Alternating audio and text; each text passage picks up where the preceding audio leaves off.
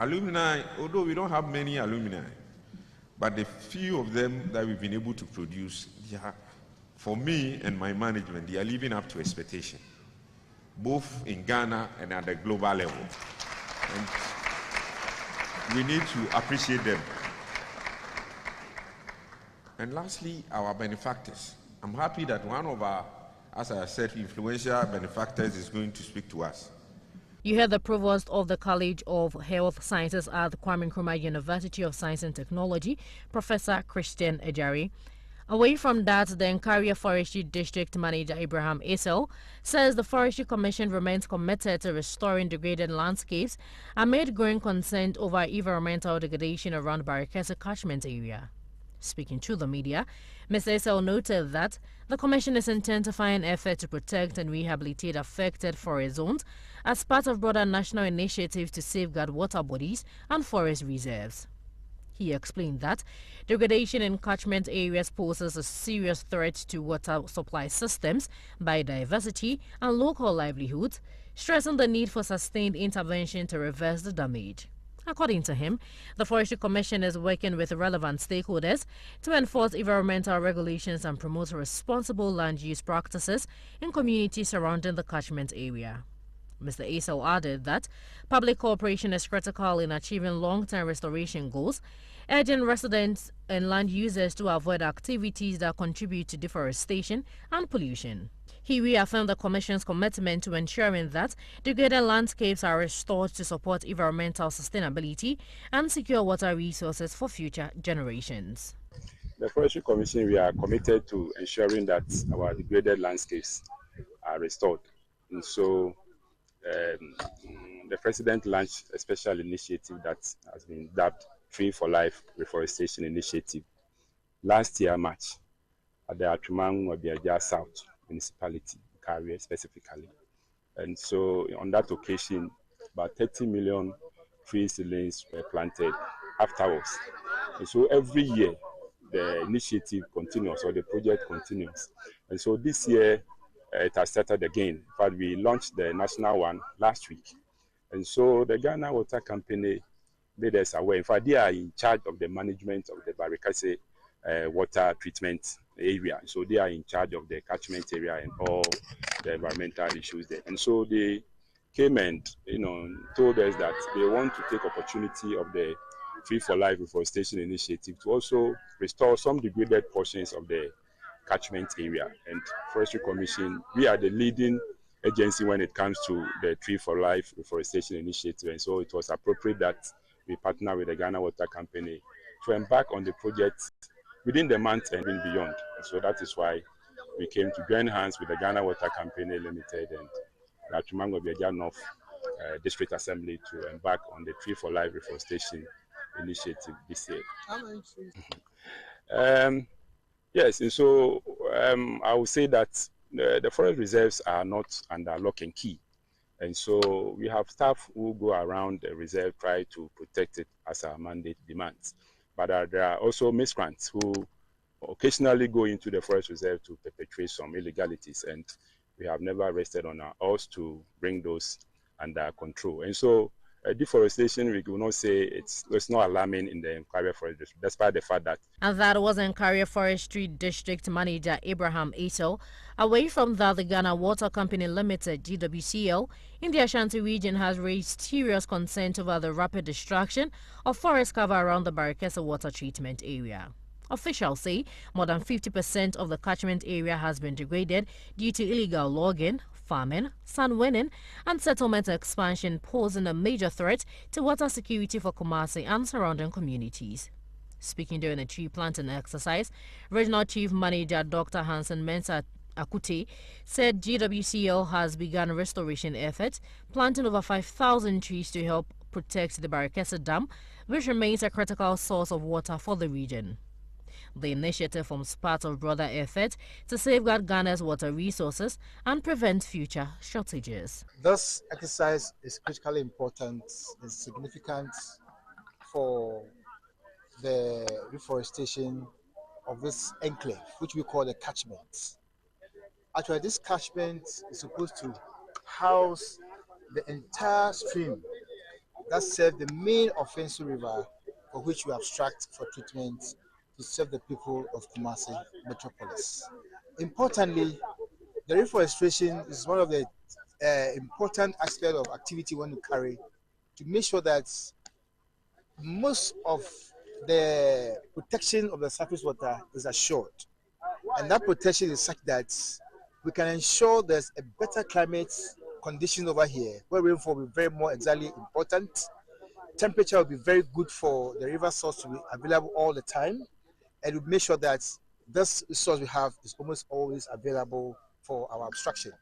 And we think that because the resource can also, in other words, deplete because of the activities around, especially by farming or illegal logging of trees, or by indiscriminate probably a building of activities or sound wind in the area, we could search almost all the catchment volumes that we have there. Currently, as I said originally in the morning, I said that the entire square of this place is about 16 kilometers square distance. And we have degraded almost about 10 of it, remaining about 9 kilometers square for us to protect and recover the 10 back to the 16. So what we are doing now is a recovery of the 10 in slow pace over probably a 10 years period to make sure we recapture the forest back to its natural habitat and biodiversity ecosystem that we desire to have. But in the view of the current situation, what is happening is that there's a whole load of silt. You just heard the Ashanti Regional Chief Manager of the Ghana Water Company Limited, Dr. Hansen Mensah Akute. Moving on, the Tree Crops Development Authority has launched a national share commodity platform in Tamale to strengthen coordination amongst stakeholders and support the growth of Ghana's share industry. The platform is expected to improve market access, promote climate resilience, mobilize investment, and enhance livelihoods across the share value chain, particularly for women who play a key role in the sector. The Chief Executive Officer of the TCDA, Dr. Andy Osei-Ogra, speaking during the launch in Tamale, said the platform evolved from the shared technical working group established in 2024 to address challenges facing the industry.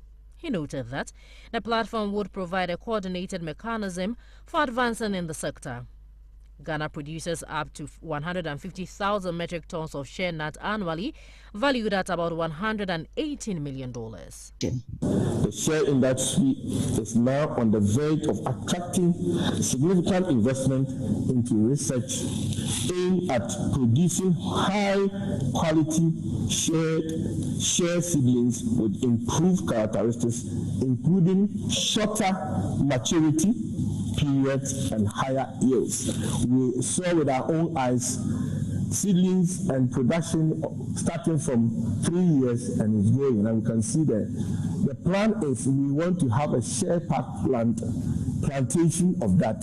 So we needed to do that, and that's why we are in collaboration with CRIT to make sure that we can get a variety that can generate faster and shorter than what we have. And from the work that we've done, I'm sure the future is bright for us.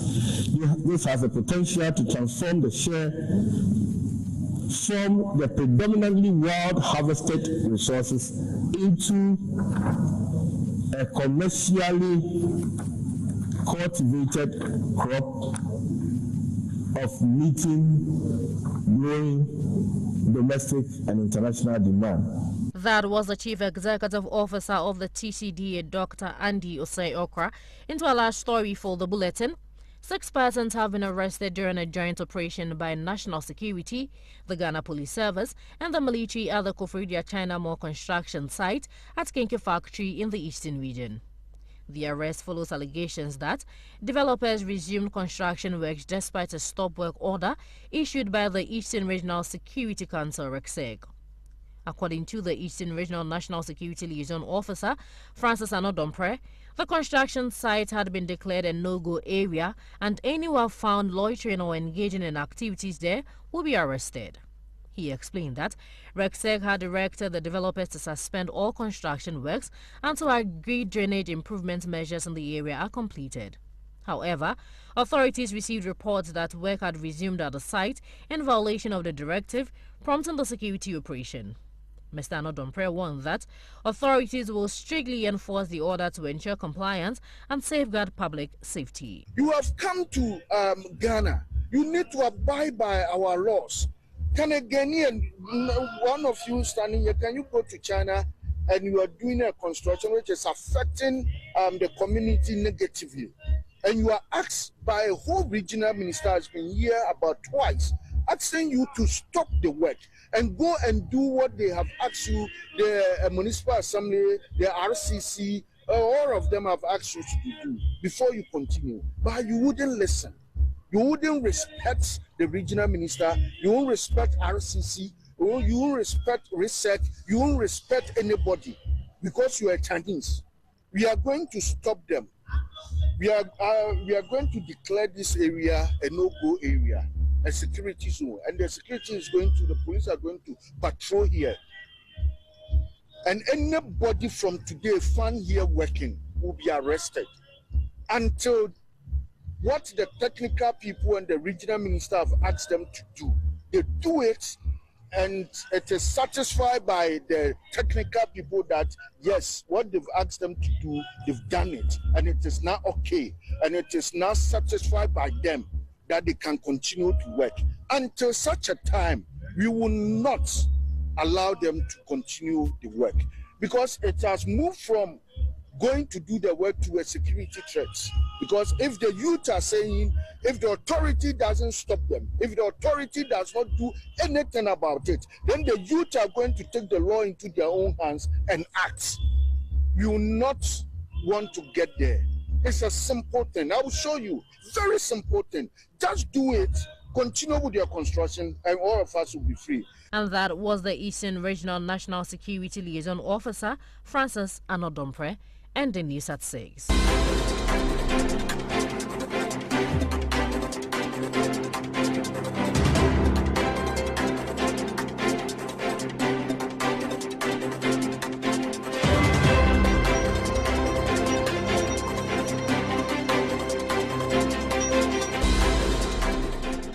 And this is where we draw the curtains on Zed News at 6 on 101.9 ZFM. But before we go, let's take a recap of our headlines. Students advised to prioritize career development over social media. Forestry Commission has reaffirmed commitment to restore degraded landscapes around Barakese catchment area. And in other news, 6 arrested at Koforidua China Mall construction site over alleged defiance of stop work order.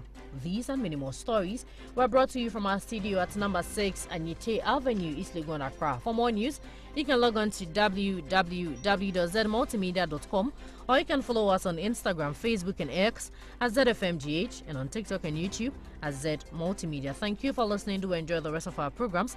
Have a good morning. Once again, I am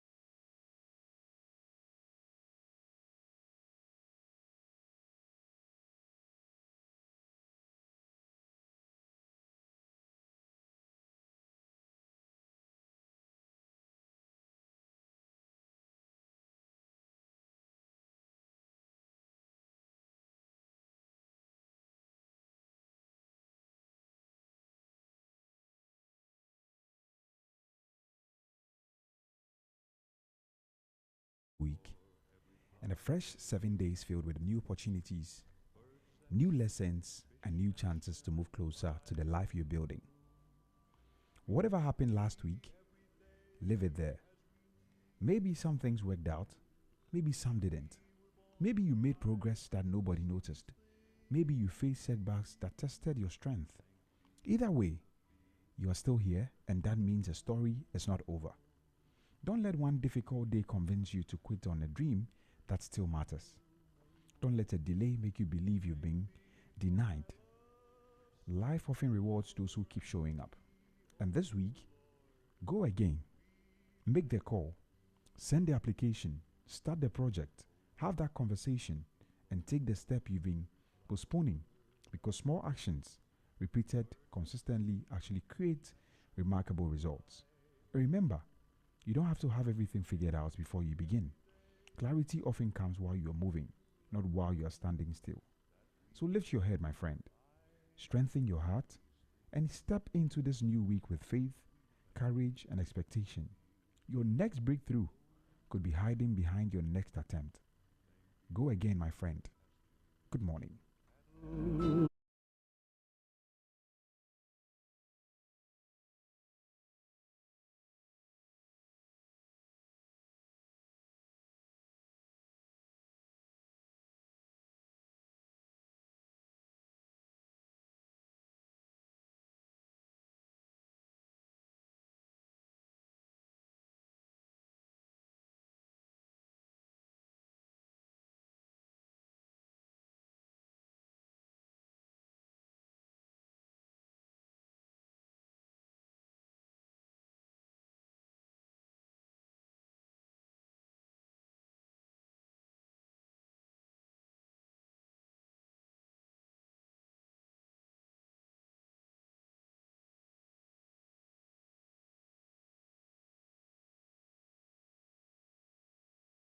Good morning, Ghana. It's Monday, the 15th of June, 2026. A brand new week. Whatever last week was, good, bad, productive, frustrating, it has had its say. And this morning is a fresh start. New opportunities, new conversations, and another chance to make progress. Well, this is a Business Breakfast on Zed 101.9 FM with me, Trebi Hammond. And thank you very much for making this part of your morning. Of course, Monday mornings always carry a certain kind of energy. The roads are busy again, the inbox is full again, and the goals we set for ourselves are waiting for our attention. So as you make your way through this morning, let's begin the week informed and focused. We'll bring you the business stories, the market updates, and the economic conversations that actually matter. And we're streaming live on Facebook at ZFMGH and on YouTube at Z Multimedia. Please do also like, comment, follow, and share with your family and friends and get them to be a part of the show this morning. It's a brand new week. Let's approach it with purpose, with optimism, and with determination to move one step closer to where we want to be. Let's get to work, as always, for God and country.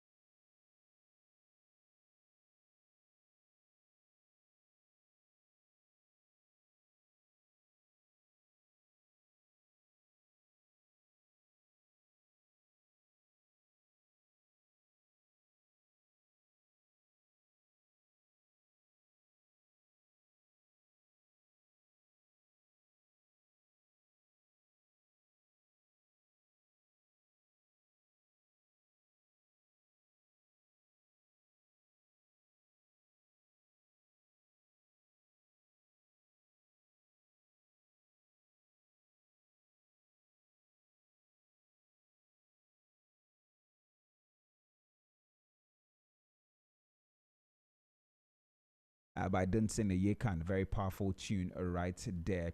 And as professionals, and entrepreneurs, we often talk about, building a legacy.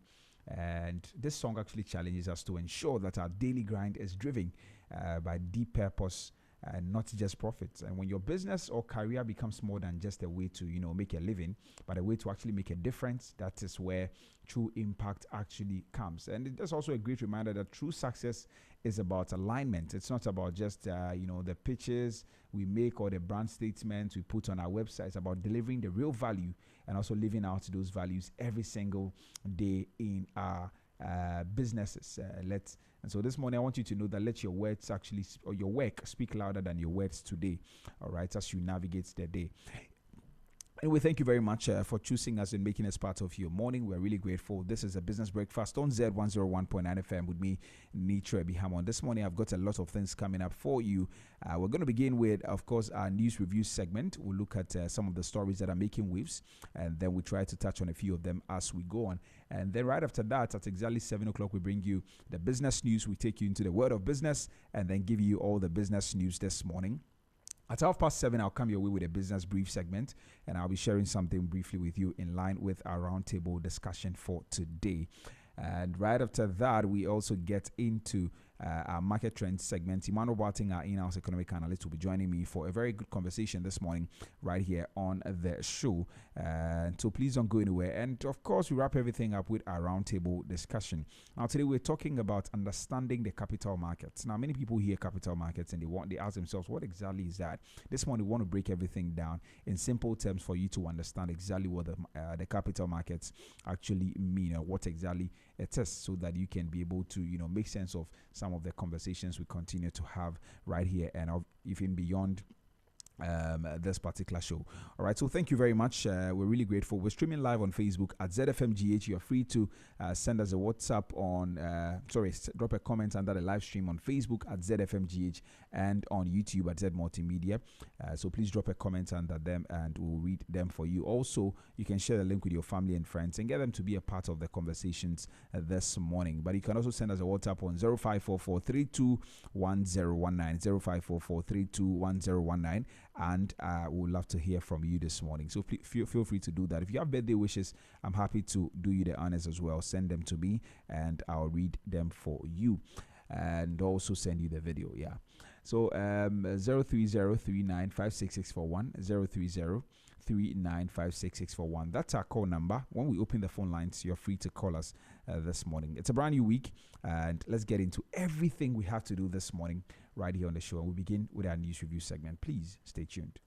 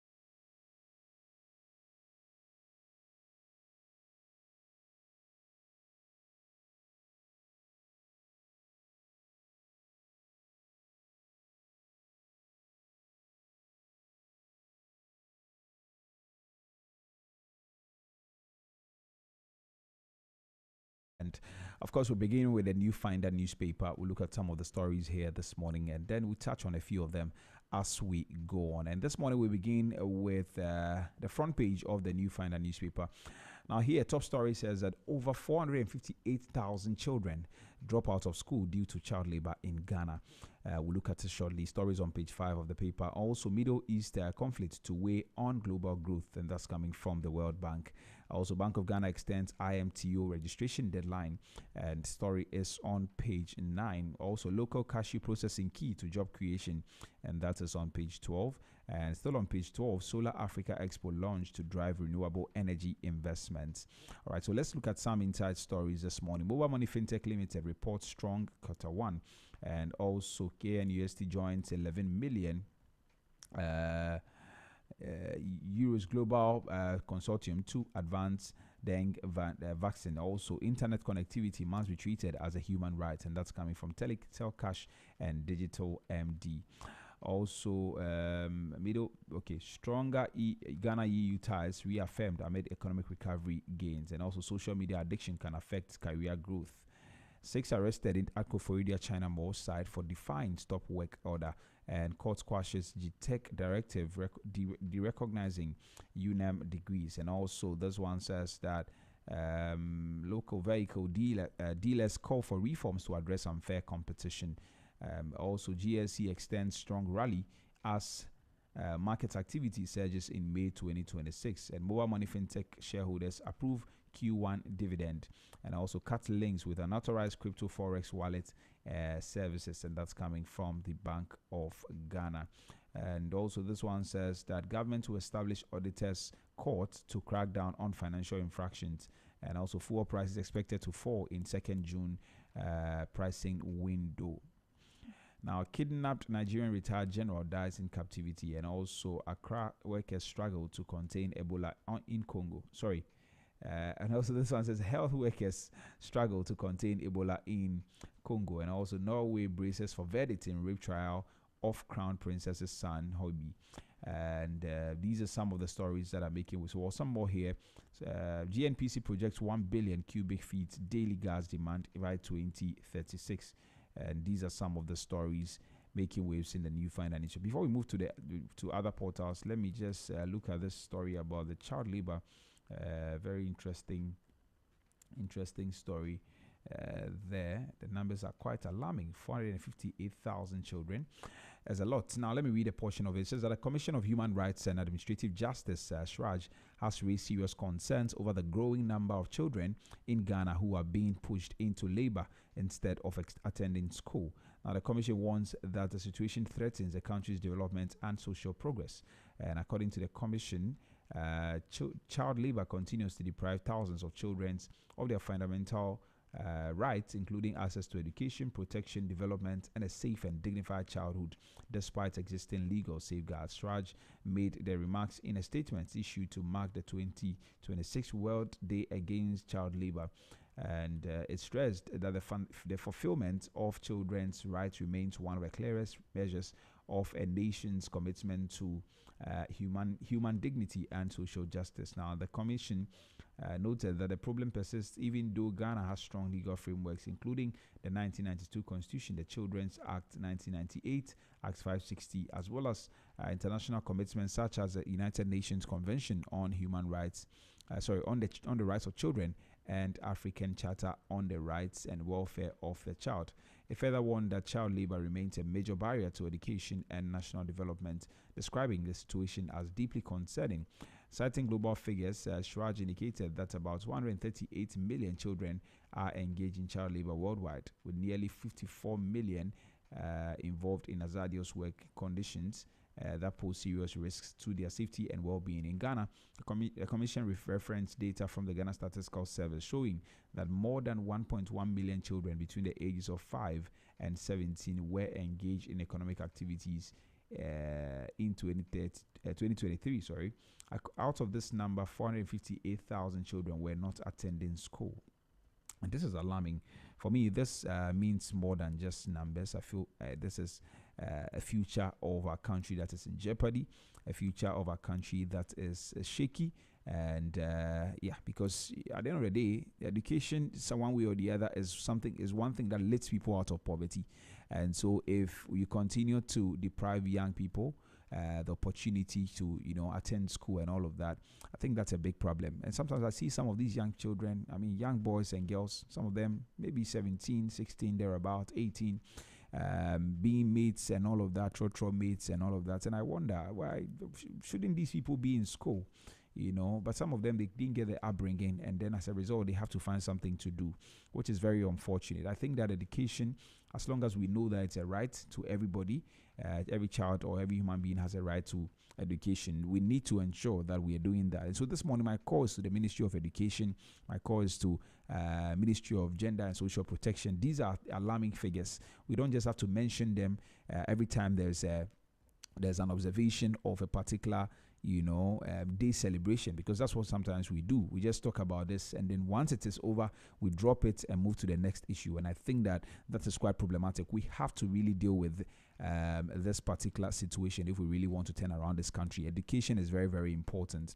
If you have an informed citizenry, you are assured of a bright future, and that is something that we have to really work on. And so maybe a major crackdown on child labor is the way to go, and let's see how we can be able to reap the benefits thereof. But this morning, I am heartbroken with this news, and I hope that we are able to work on something as soon as possible.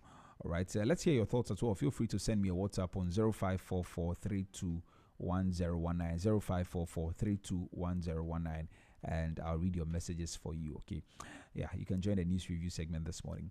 All right, let's move on to other portals. On myjoyonline.com, top story here says that former Chief Justice Sophia Akufo resigns from the Council of State. Also, former Foreign Affairs Minister and ex-ECOWAS Commission President James Victor Gbehu dies at 91.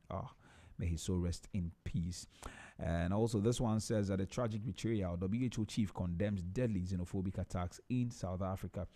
Also, police rule out visible assault in death of UCC student found on beach as investigations continue.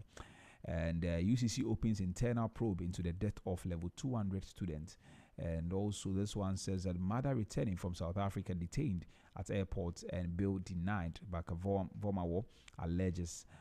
Also, this one says that ECOWAS mourns former Commission President James Victor Gbehu, and motorists and pedestrians alarmed over faulty street lights on Achimota Forest stretch. And also, author Chima Amanda Adichie accuses hospital of stalling review of into son's death. And also, global leaders react to announcements of U.S.-Iran peace agreement. And oil prices slide after Pakistan announces deal between U.S. and Iran. Well, let's look at those stories. We'll look at that on the international front. But these are some of the stories on myjoyonline.com this morning. Let's move on to citynewsroom.com. Top story here says that no trained teachers, collapsing classrooms, Garkun school in distress.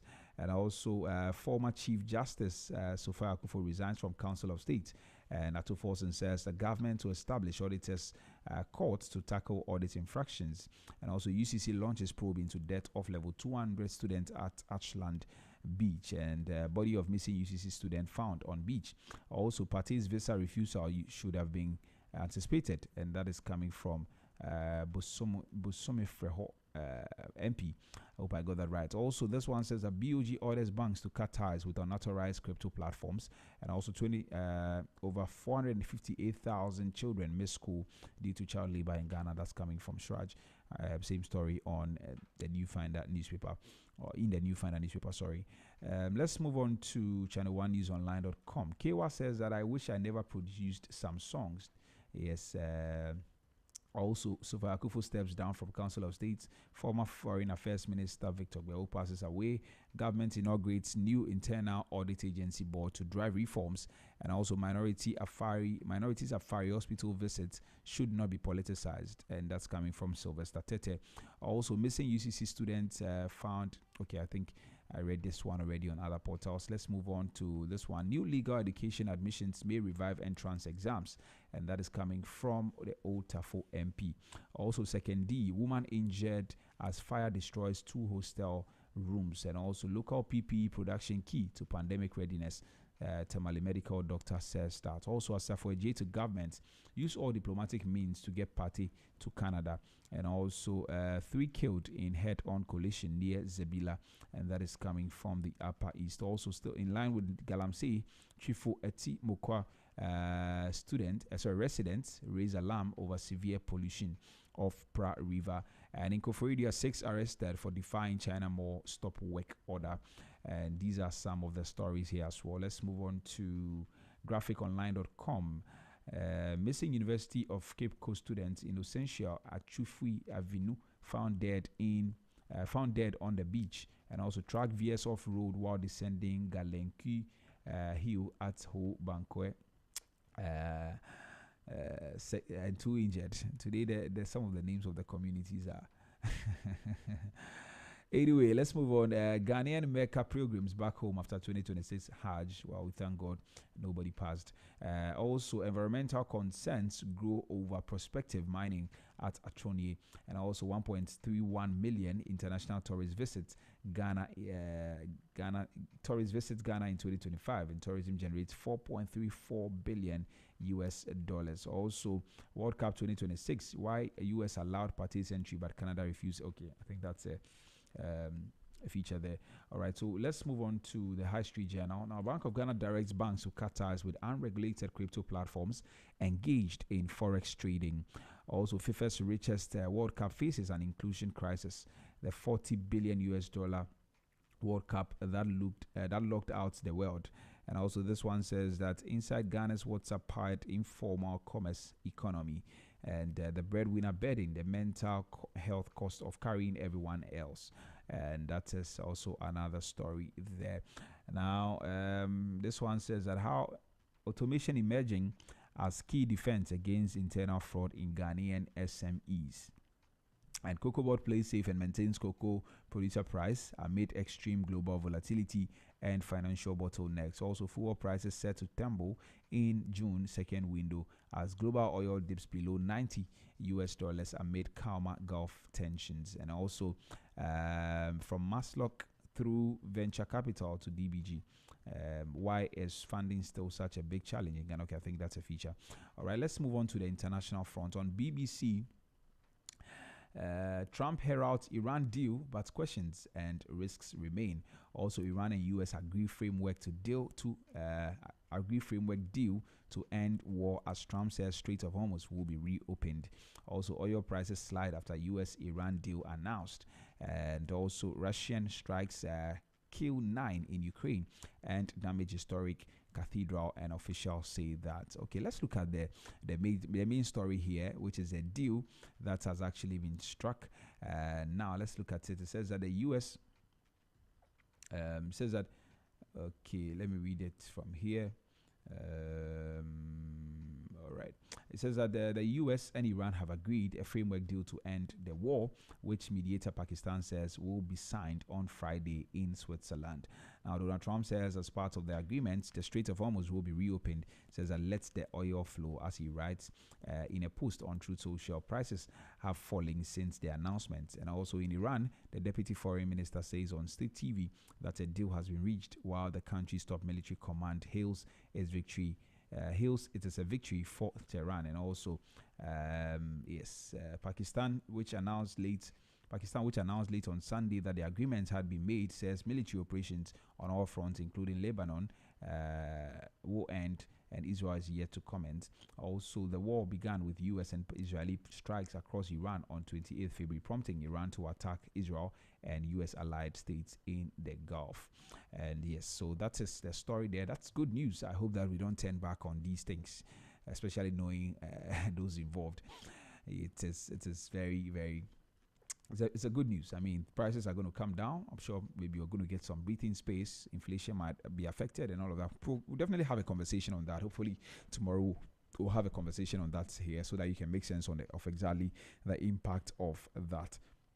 All right, so let's look at Reuters this morning. Now, U.S. and Iran reach preliminary agreement to end war. Also, Trump veers toward exit in Iran war, but risks loom. Also, oil slips 4% as US and Iran reach deal to reopen Strait of Hormuz. And that is that. On Reuters Africa, health workers struggle to contain Ebola in Congo comes as distrust grows. Also, Congo says 782 Ebola cases confirmed and 2 new health zones affected. Also, Somali referee denied US entry for World Cup, will receive full FIFA fee. Wow. Also, Al-Qaeda linked militants kept their brutality in seized Malian territory. And also, this one says that DR Congo's World Cup journey begins in Houston amid smiles and hope.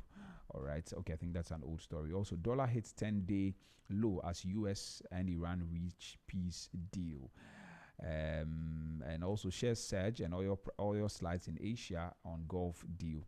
All right. So I think that's a good news. That's running through all the portals this morning. Maybe finally on CNBC here.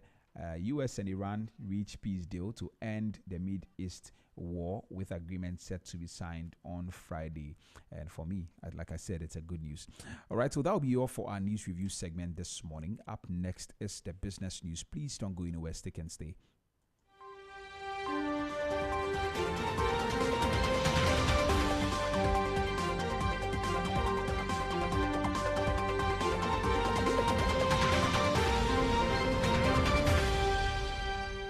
You're welcome to the business news segment of the Business Breakfast Show on Zed 101.9 FM. We're coming to you from our studio at number 6 Anyete Avenue, East Legon, Accra. Coming up in our headlines, Bank of Ghana orders banks to cut ties with unauthorized crypto platforms. Also, Wasa Menfi Cocoa Landscape Initiative monitors cocoa agroforestry project to boost farmer livelihood. And in other news, Africa Energy in Durban launches Solar Energy Expo to accelerate renewable energy growth. These and many others will be coming your way shortly. To stay with us, I am Praise Bear Rosamond Labi. Thank you for staying with us and on the news in detail. To our first story, the Bank of Ghana BOG has directed banks and other regulated financial institutions to immediately cease supporting unauthorized foreign currency wallet services being operated by certain cryptocurrency platforms in Ghana. The central bank says it has observed the growing use of fiat currency wallet arrangement, particularly US dollar denominated wallet, operated by some crypto platforms and funded through bank transfers, payment cards, and other payment channels provided by regulated financial institutions. According to the Bank of Ghana, these arrangements may involve activities that require regulatory approval under the Payment Systems and Services Act 2019, Act 987, the Foreign Exchange Act 2006, Act 723, and other applicable regulatory frameworks. The regulator stressed that the crypto platforms involved have not been authorized to undertake such activities in Ghana. In a statement, the Bank of Ghana directed banks, specialized deposit-taking institutions, electronic money issuers, payment service providers, and other regulated financial institutions to refrain from establishing or maintaining any arrangement that facilitates the funding, operation, settlement, or customer access to unauthorized fiat currency wallet systems offered to users in Ghana. The directive also requires financial institutions currently providing banking, payment processing, card acquiring, settlement, or related support services to such platforms to take immediate steps to discontinue those arrangements. The central bank warned that institutions which fail to comply with the directive could face supervisory or enforcement actions as part of measures to strengthen regulatory compliance within the financial sector. Moving on, the Wasa Menfi Cocoa Landscape Initiative has undertaken a monitoring and evaluation exercise in Asankragua and surrounding communities in the Wasa Menfi West District to assess progress made under its cocoa agroforestry and income diversification interventions. The initiative, led by Preferred by Nature in collaboration with partners including Ferrero Group, Recoto Ghana, Solidaridad West Africa, the International Institute of Tropical Agriculture, and Tolton, is focused on promoting sustainable cocoa production and improving the livelihoods of farmers within the landscape. The monitoring exercise engaged beneficiary communities and cocoa farmers to review the adoption of climate-smart practices, such as the planting of diverse tree species, including fruit and timber trees, as part of agroforestry effort. It also assessed income diversification activities, including village savings and loans associations, youth-led farming enterprises, and other community-based businesses aimed at strengthening rural incomes and resilience. Project officials say the exercise is also meant to identify gaps, strengthen collaboration with stakeholders, and ensure the long-term sustainability of interventions across cocoa grain communities. According to project specialist Padmon Boaten and Sam, the quarterly monitoring visits allow stakeholders to interact directly with farmers, assess challenges, and track progress in cocoa production and livelihood activities.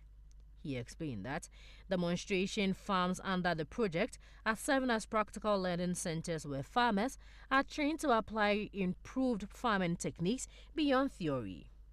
Rekoto Ghana project officer Jonathan Owusu noted that the introduction of VSLAs in helping farmers access financial support to invest in their farms and support household needs, adding that financial literacy training has improved savings and group governance. The 5-year WACL project, which began in 2023 with funding from Danida Green Business Partnerships and Ferrero Group, aims to reduce poverty, promote climate-smart agriculture, and support forest protection across 50 cocoa growing communities in Wassa Amenfi West.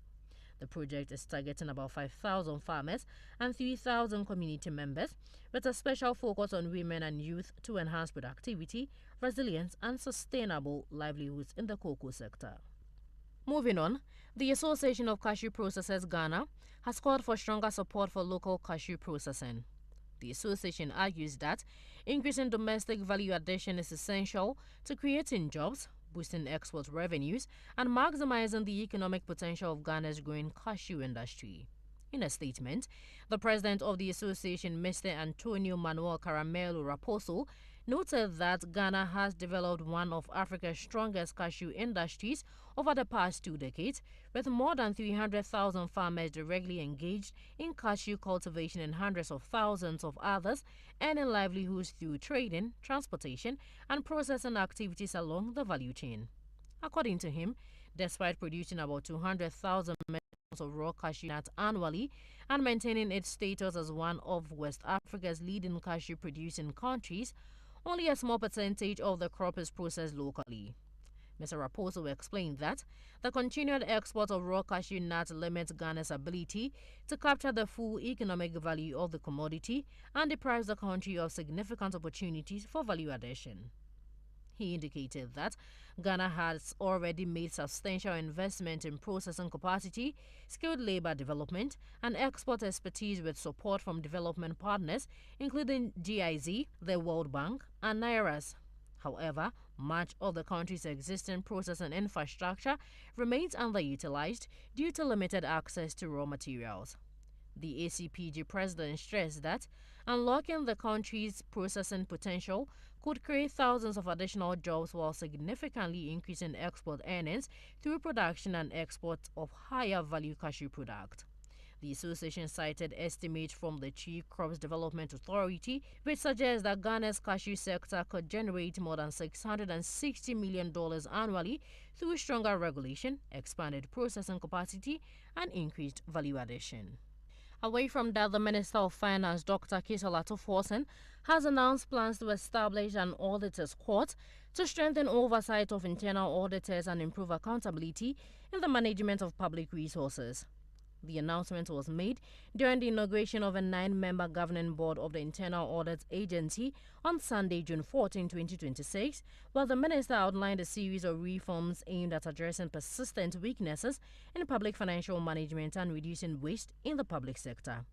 Dr. Forson said the proposed mechanism would enhance supervision of internal auditors while promoting greater public scrutiny of their work.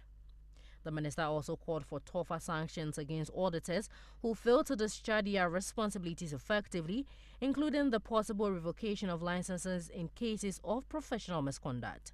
He stated that they must turn the Internal Audit Agency around and restore it to the purpose for which it was established. According to Dr. Forson, recurring infractions highlighted in Auditor General's reports point to weaknesses in the country's accountability systems, particularly within the internal audit fraction. He stressed the need for urgent reforms to ensure that public institutions comply with financial regulations and that internal auditors are held accountable for lapses in their duties.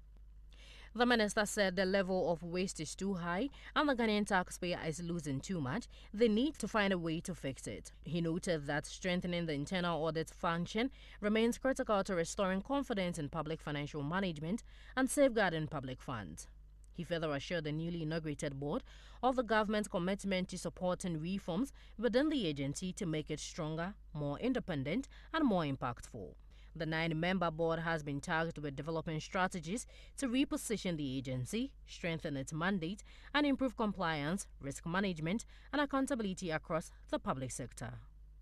Moving on, the Vehicles and Asset Dealers Union of Ghana, VADUG, has expressed concern over the increasing presence of Chinese automobile brands in Ghana, warning that the trend is putting significant pressure on local vehicle dealers and threatening thousands of jobs in the sector.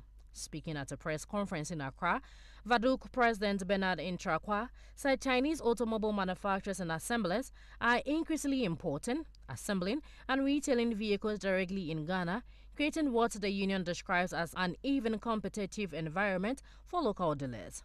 According to the union, while local dealers continue to import used vehicles from markets such as the United States, Europe, and Japan and pay between 35% and 50% in taxes and duties, Chinese vehicle assemblers importing semi-knocked down and completely knocked down kit benefit from duty exemptions under Ghana's automotive policy. VADUG argues that the tax disparity has allowed Chinese brands to gain a stronger foothold in the market, reducing the market share of local dealers and increasing the period vehicles remain unsold. The association also questioned the growing involvement of Chinese automobile companies in both the distribution and retail segments of Ghana's vehicle market. It argued that major manufacturers from countries such as the United States, Japan, Germany, and South Korea have traditionally relied on local dealership networks rather than engaging directly in retail activities. Beyond competition consent, VADUG warned that Ghana risks becoming a destination for older internal combustion engine vehicles as China accelerates its transition towards electric vehicles and plans to reduce dependence on petrol and diesel-powered vehicles. Away from that, the Ghana National Petroleum Corporation has projected a sharp increase in the country's natural gas demand, with consumption expected to reach 1 billion cubic feet per day by 2036. The corporation says domestic production and existing imports will be unable to meet the growing demand from households, industries, and the power sector without additional interventions. Deputy Chief Executive Officer for Finance, Commercial and Administration, Hamid Yusuf, says demand is expected to rise to about 840 million cubic feet per day by 2030, prompting efforts to secure liquefied natural gas imports through strategic partnerships. GNPC says the Tema LNG import terminal is now 95% complete and will help diversify supply sources. The corporation is also supporting major upstream investment to boost production and strengthen long-term energy security. And now into our last story for the bulletin, the Africa Energy Indaba has launched the Solar Africa Expo, a dedicated exhibition platform aimed at promoting the growth of solar energy across the continent. The initiative is expected to bring together technology providers, project developers, financiers, contractors, and policymakers to strengthen collaboration and accelerate the deployment of renewable energy solutions. Managing Director of Africa Energy Indaba, Liz Hart, says the expo reflects the growing importance of solar energy in meeting Africa's rising power needs and supporting economic development. The platform will connect industry stakeholders with government, utilities, municipalities, and businesses seeking reliable energy alternatives. The launch comes as many African countries continue to face power shortages, unreliable electricity supply, and limited grid infrastructure. Organizers believe the expo will attract investment, promote innovation, and support the transition to sustainable and decentralized energy systems. And in business news. And this is where we draw the curtains on Zed business news. But before we go, let's take a recap of our headlines. The Bank of Ghana has ordered banks to cut ties with unauthorized crypto platforms. Also, Wasa Menfi Cocoa Landscape Initiative monitors cocoa agroforestry project to boost farmer livelihoods. And then Africa Energy Indaba launched Solar Africa Expo to accelerate renewable energy growth. These and many more stories were brought to you from our studio at number 6 Anyete Avenue, East Legon, Accra. For more news, you can log on to www.zmultimedia.com, or you can follow us on Instagram, Facebook, and X at ZFMGH, and on TikTok and YouTube at Z Multimedia. Thank you for listening. Do enjoy the rest of our programs. Have a good morning. Once again, I am Praise Bell Rosamond Labi. It's your lifestyle, leisure, and business radio. Zed 101.9 FM.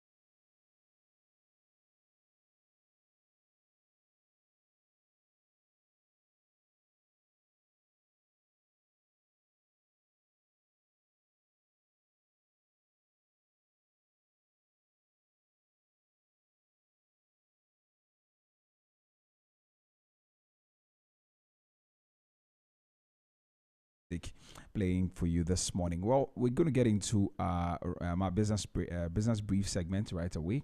And this morning, we're going to talk briefly about something that is very, very important. I think that you need to tune in and listen to that. But this is still your favorite business breakfast on Zed 101.9 FM with me, Nitrebi Hammond. Let's get into our business brief segment right away.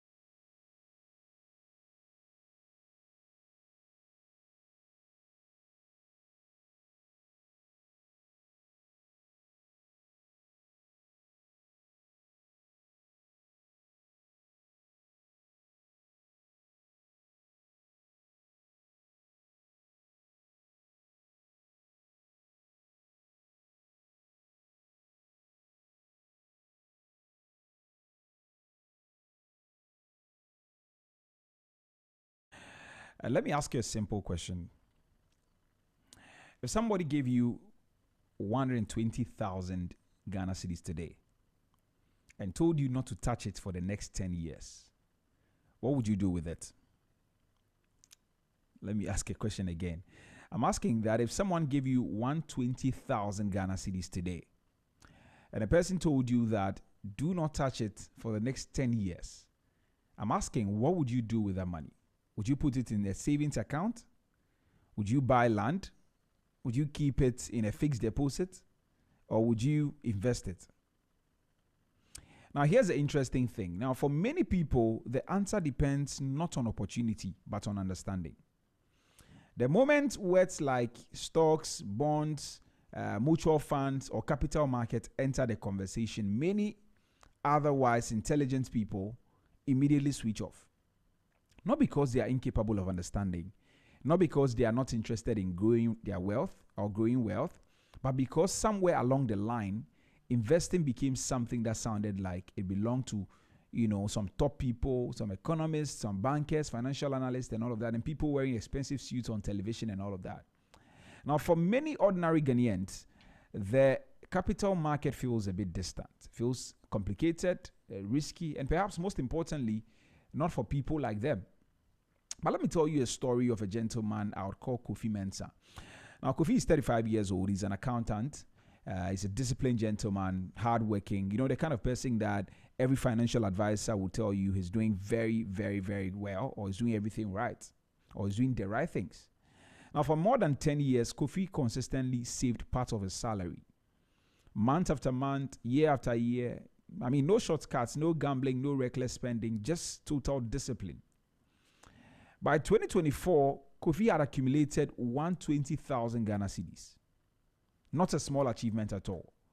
In fact, many people would celebrate that milestone, and rightly so. But there was one problem. Kofi he believed that investing was for wealthy people. And whenever he heard discussions about capital markets, he tuned out. When we talk about stocks, he says that it's too risky. Talk about bonds, he says that it's too complicated. Mutual funds sound like something for experts. So he did what many people would do. He left this money where he felt comfortable, in a savings account. He dropped it there and says, oh yeah, I have 120,000, and that was all. Now on the surface, that sounds sensible. Your money is safe, you can see it, you can access it, and it feels secure. But there is a silent force that many people underestimate, which is inflation. Inflation is one of those things you don't see working until you look back. The same 100 cedis that bought a basket of groceries years ago buys much less today. The same salary that felt comfortable some years ago feels tighter now. The same money sitting in an account slowly loses purchasing power if it is not growing fast enough. And while Kofi was saving diligently, inflation was quietly working against him. Now, around the same time, one of Kofi's colleagues, attended an investor education seminar. Nothing dramatic, just a session, designed to help ordinary people understand investing. And she learned about opportunities available through Ghana's capital market. And she discovered that investing is not reserved for millionaires. She learned about something small, about diversification. About starting small, about diversification, about long-term thinking. And she began putting away, modest amounts every month. Not huge amounts, just some small token, really. Consistently, she did that. Now, fast forward a couple of years, Kofi needed capital for a business opportunity, a very promising one. The kind of opportunity that could change his financial future forever. So he sat down and reviewed his finances. And that was when reality hit him. After years of discipline, years of sacrifice, years of saving, his money had not grown nearly as much as he expected. Meanwhile, his colleague had something he did not. Options, flexibility, growth. Not because she earned significantly more, but because she understood something Kofi never took time to understand. And that is where today's conversation begins. Because Kofi's story is not really about Kofi. It is about thousands of people listening to me this morning. It's about professionals. It's about entrepreneurs. It's about teachers. It's about civil servants. It's about young graduates. It's about parents planning for the future. It's about even drivers who are listening to me this morning. People who are working hard and saving faithfully, yet may be unknowingly leaving opportunities on the table simply because capital market sounds intimidating to them. And perhaps that is the biggest misconception of all, that understanding the capital market is only for financial aspects. It is not. The truth is that the capital market touches all of us, whether we realize it or not. It affects how businesses raise money, how jobs are created, how infrastructure gets financed, how wealth is built, and how economies grow. In many developed countries, participation in capital markets is a major pathway to long-term wealth creation. Yet in many parts of our continent, Africa, including Ghana, a significant number of people remain outside these opportunities, often because of limited awareness. They just don't know, they just don't understand. And so this morning we've decided to actually zoom in on capital markets. We want to ask very important questions. What exactly is a capital market? Why does it matter? Why do so many people fear it? What opportunities exist in the capital market? What risks should people understand? And perhaps most importantly, why should the ordinary Ghanaian care? Now, if you've ever heard the word stocks, bonds, securities, mutual funds, or investment portfolio and felt that they are far away or they were never meant for you, then this conversation is definitely for you. Because understanding the capital market is not just about making money. It's about making informed decisions. It's about understanding the tools available to build financial security. And it's about ensuring that your hard work today creates more opportunities for you tomorrow. And so I'm not saying don't put your money into savings. That is not the goal of this conversation. This morning, the goal of the conversation is really for us to understand what opportunities actually exist. What options do you have? When you have money in your hands today, like the money sitting in your account, that huge amount sitting in your account, in your savings account. If you have that money today, what are the options available? Maybe you cannot go into business directly. Maybe you don't want to be an entrepreneur. That is totally fine. But what opportunities exist in this country and even beyond for you when it comes to capital markets, where you can explore or that you can explore to be able to, grow your wealth over time instead of letting the money sit in your account like Kofi. And so this morning, that is why we're having this conversation. A lot of conversations are going on around stocks, around bonds and all that. We want to look at it holistically this morning. Capital markets, what exactly is it? We're asking the very important question. Why does it even matter? Who should care? Whatever. We're talking about all of that this morning right here on the show. And so if you have some good money sitting somewhere, or you plan to, get some good money very soon, or you don't even have money, but you just want the knowledge, then this is a very good opportunity for you to stick and stay with us right here on the show, so that when we get into our roundtable discussion, we can talk about it. We'll break it all down with our guests and help, demystify a subject that I believe that many people have avoided for far too long. And so please don't go anywhere. Stick and stay. If you've been thinking of where to invest, what opportunities exist, what options exist, then I think that this is for you. So please don't go anywhere. Stick and stay. We'll get into our roundtable discussion, and we're going to break this down very, very, very, very well. I'll be joined by a young financial analyst. You're a young man, but the guy is brilliant, understands the thing very, very well, and he's going to share a lot of things with us this morning right on the show. And so please don't go anywhere. Stick and stay, like I said. But you can engage us on our social media platforms. You know, we're streaming live on Facebook at ZFMGH and on YouTube at Z Multimedia. So just go to your Facebook account, just search ZFMGH, or head to YouTube, type Z Multimedia, and then just copy the link, or you can just tap on share and share with a family and a family member, a friend, whoever it is, a colleague, and get them to be a part of the conversation this morning, because this can change their financial future forever. The knowledge you're going to get here will change your financial future forever. If you know Warren Buffett is one of the wealthiest people, and he made all his money through, stocks and all of that. And so he's through investing, basically. He grew his wealth through investing. And there are so many people in this country, the same thing. They are not in business directly, but they are just investing, and they are making a lot of money. So if you have some money, and I think that you should be interested in this conversation. If you don't even have money, like I said, just be interested in the conversation. Knowledge is power. And once you have the knowledge, you'll be able to do certain things in the future. So engage us on our social media platforms, ZFMGH on Facebook, Z Multimedia on YouTube, and share the link with your family and friends and get them to be a part of the conversation this morning. You can also send us a WhatsApp. Send me a WhatsApp on 0544 321019, 0544 321019. I'd love to read your messages for you this morning. If you have any birthday wishes as well, feel free to send them to me. I'm happy to do you the honors this morning. Let me just, wish your loved ones for you so that they will be excited about that. And we're going to send you the video once we do that for you as well. So send them to me, 0544 321019, 0544 321019. Also, you can call us on 030 3956641, 030 3956641.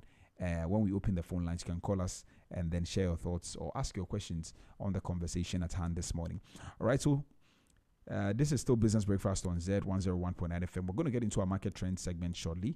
Emmanuel Boating, our in-house economic analyst, will be joining me for a very good conversation this morning about the Treasury bill market. We want to look at exactly what happened in the latest auction so that you can be able to make informed decisions going forward. So don't go anywhere, stick and stay. We'll take a quick music break. When we return, we'll bring you all of that right here on your favorite Business Breakfast on Z 101.9 FM, your lifestyle, leisure, and business platform.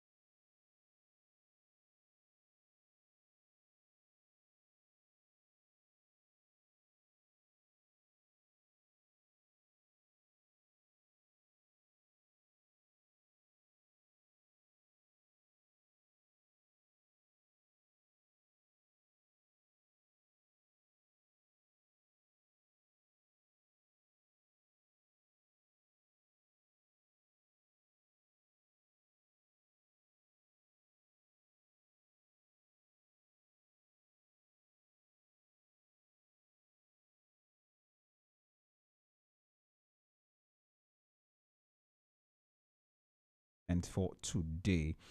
Now, today we're looking at, we're focusing on the Ghana Treasury bill, market, and we're looking at the latest auction, one of the most important indicators of how the economy is currently functioning beneath the surface. Now, the most recent auction, government raised 8.29 billion, exceeding its target of 7.43 billion Ghana cedis. And that represents an oversubscription of about 11.7%.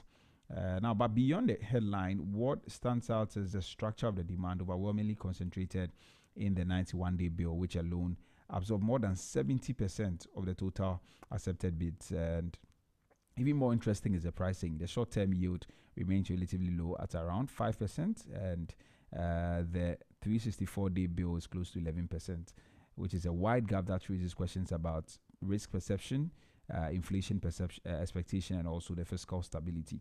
Now, at a time when government continues to rely heavily on short-term instruments to meet financing needs, economists are increasingly asking deeper questions: that is this sustainable? What risks are building in the debt structure, and also what does this say about a confidence in the city economy? And to help us break this down, we have Emmanuel Boating, our in-house economic analyst, joining me over the phone line. Tima, good morning. Good morning, Lee. How are you doing, my brother? Yeah, I'm doing very well. How about you? Yeah, I'm doing well too, by God's grace. Fantastic. So we're looking at the Treasury bill market this morning, and maybe first of all, that we saw that, what we are seeing, that the auction is oversubscribed, which is actually usually something that, we will see, or maybe say that, okay, so it's either undersubscribed or oversubscribed, so that's always the narrative. But this time, it is heavily skewed towards a 91-day bill. And I'm curious as to what this says about the structure of liquidity and also the risk appetite of the economy. Or in the economy, sorry. Thank you very much. I'm sure you already would know what I'm likely to say about this. But anyway, first of all, good morning to all our cherished listeners. What we are seeing is not just strong demand for Treasury bills. I think that liquidity may be at its peak. It's a structural concentration of liquidity at the very strong end of the, short-term yield curve. You see, when more than 70% of accepted bids go into the 91-day bill, I think it tells us that investors are not just seeking safety, but they are also looking at their options. It is short-term instruments. We agree that the three bills that we see, 91, 182, 364, they are all short-term. But like I said last week, the short-term in the short terms, more or less, the 91 day is the shortest of the three. And so when I say that short-term instruments, I'm referring to the 91-day instrument. It allows investors to keep their liquidity cycles very tight, especially in times of macroeconomic and financial uncertainty. You see, that becomes a rational strategy because it preserves the ability of the investor to reprice quickly as the conditions change. This is what I'm saying. If the price of a 91-day bill is 10% today, neutrally, and the economic circumstances are quite favorable, and you lock in at 364 days, say at 12%,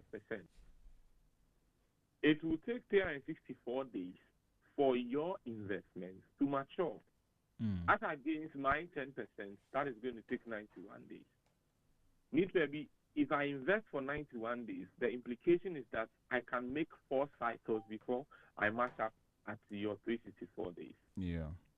If economic factors become dire, if economic factors become uncertain, if things are going very bad, you that have locked in some money at 12% for 364 days, there is no way that interest rates can be changed because remember, this is a fixed income security. The rate is predetermined. It would not change. At maturity, you are are going to receive exactly 12%. Yeah. But for me, after 91 days, I have the chance to reprice that 91-day bill at a different interest rate, say 13, say 12. And so you note that over the 4 cycles I'm going to go through, I would have ended up with a better interest rate than you. Right.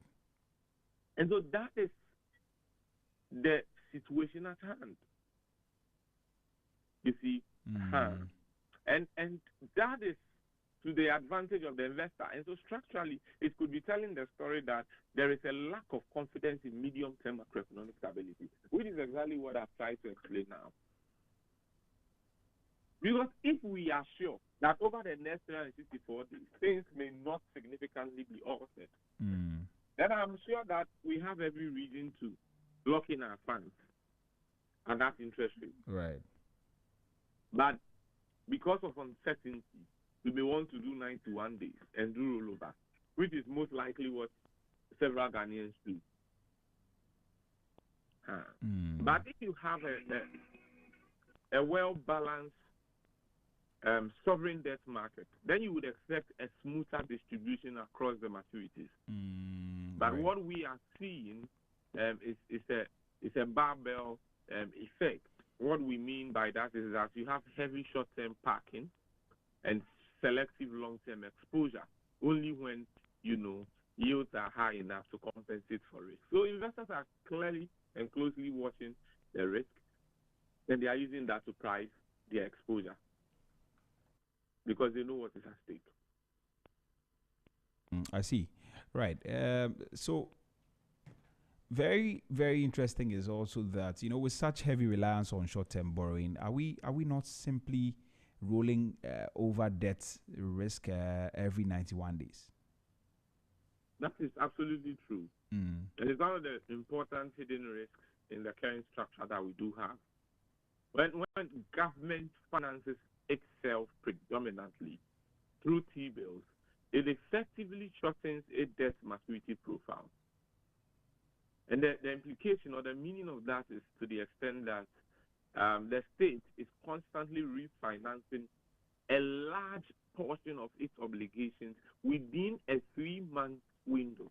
I think some time ago I made a point that almost every single weekday there is a debt that is maturing. Somebody's own is maturing today, another person's own is maturing, and like they've bought at different times, 91 days, whatever it is, and it's maturing at different times. Yeah. So government is almost always constantly paying. And I have that suspicion that it's likely even the money, some of the monies they raise, some of them are used to pay some of the other. Yeah.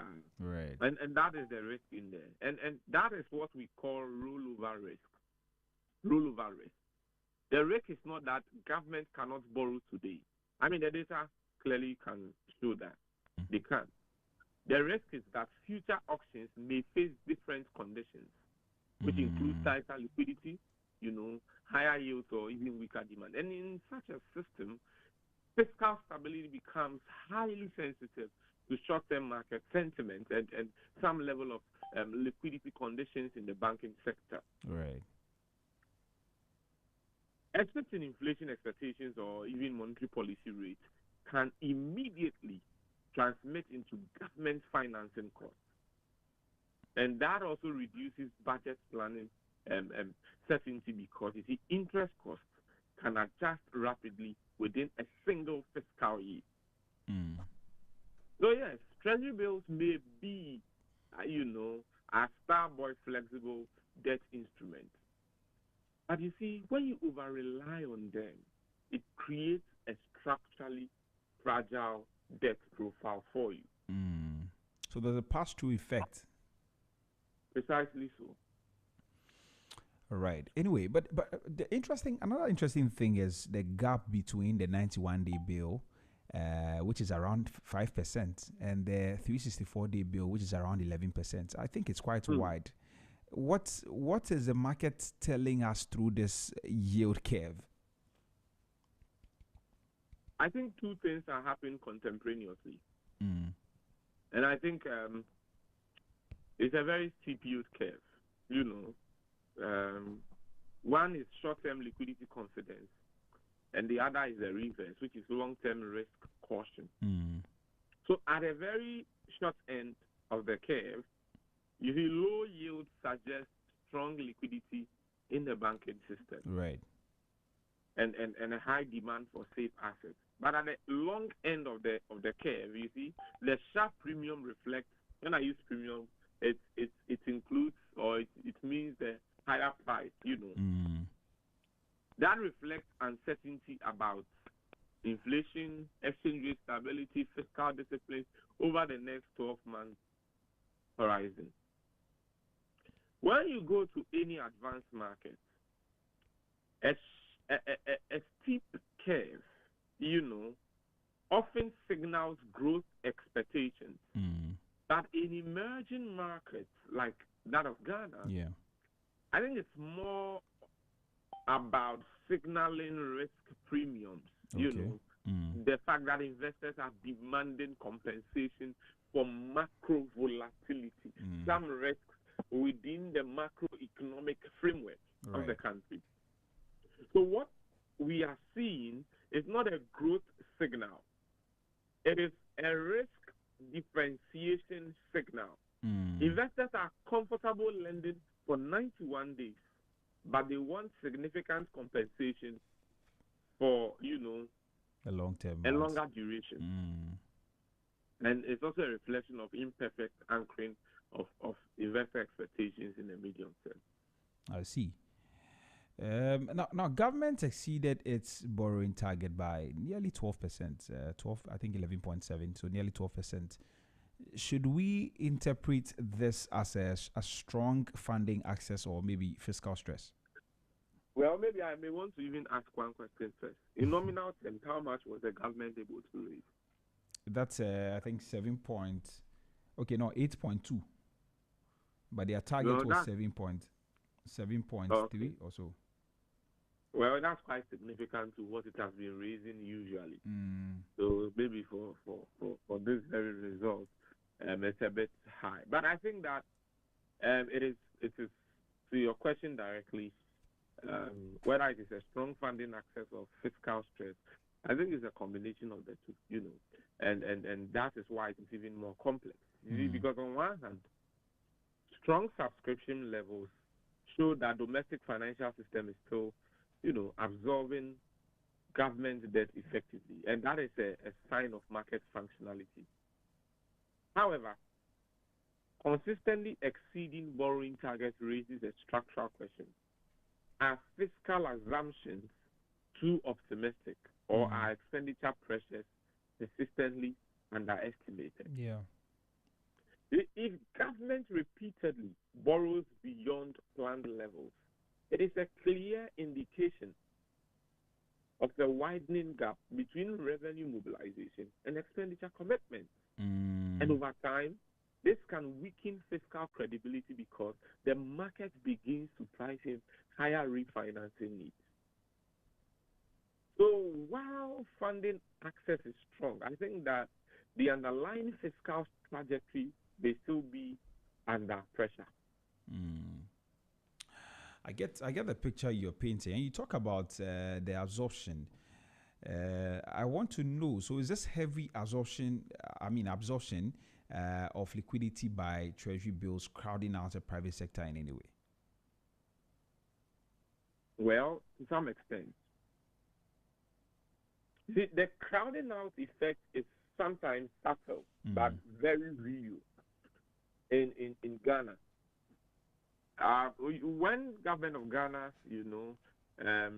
T-bills offer risk-free liquidity return, even at very moderate interest rate levels, they become the preferred destination for institutional capital. Banks that we know in this country, instead of them to extend the credit to SMEs or corporate organizations, they tend to allocate a significant portion of their balance sheet to treasury bills. And I've explained this before that it's rational from a risk management perspective. Because between the government and that SME, who is more risky? Of course, it's not the government and the nature of the instrument at hand here. The rate of default of borrowers from bank. So we can understand that. But there is a downside to it. It reduces credit availability for productive private sector investment, what we call crowding out effect. And that creates a certain indirect constraint on economic diversification. You see, the state becomes a dominant borrower in the economy. Yeah. And private sector credit growth slows down relative to potential. And over time, you will see that this will weaken job creation and industrial expansion, even if financial markets appear very liquid and relatively stable. So the issue is not just government borrowing. It is the opportunity cost of that borrowing structure. And where the opportunity cost is on the neck of private sector growth, I think that borrowing in and of itself becomes an affront to the potential or the growth prospects of our private sector, which is almost often what we do find in this country. Our private sector is dying, it's unable to create jobs for young people, and the government is unable to do it either. So, I mean, but we can't blame the banks and the institutional investors entirely because of the risk nature. I mean, the risky nature of even lending to some of these institutions. But why do banks exist? Well, they exist to make profit from whatever they banks exist to create loans. Right, and of course, at the end of the day, they put some interest on it and they're able to get their monies back. And no so problem. Yes. But your reason for existence is to be an intermediary. Channel funds from surplus spending units. And then when we say surplus spending units, we mean any economic agent that has more money now than they currently need. For example, Nitrevi, it has so much money now than it presently needs. So Nitrevi will go and deposit that money in a commercial bank. And then the commercial bank's role is to channel that fund to those of us who need more money now than we currently have. They call us deficit spending units. You see, Nitrevi is not comfortable giving the money to me directly, although I'm his friend, because he knows that I can use our friendship not to pay.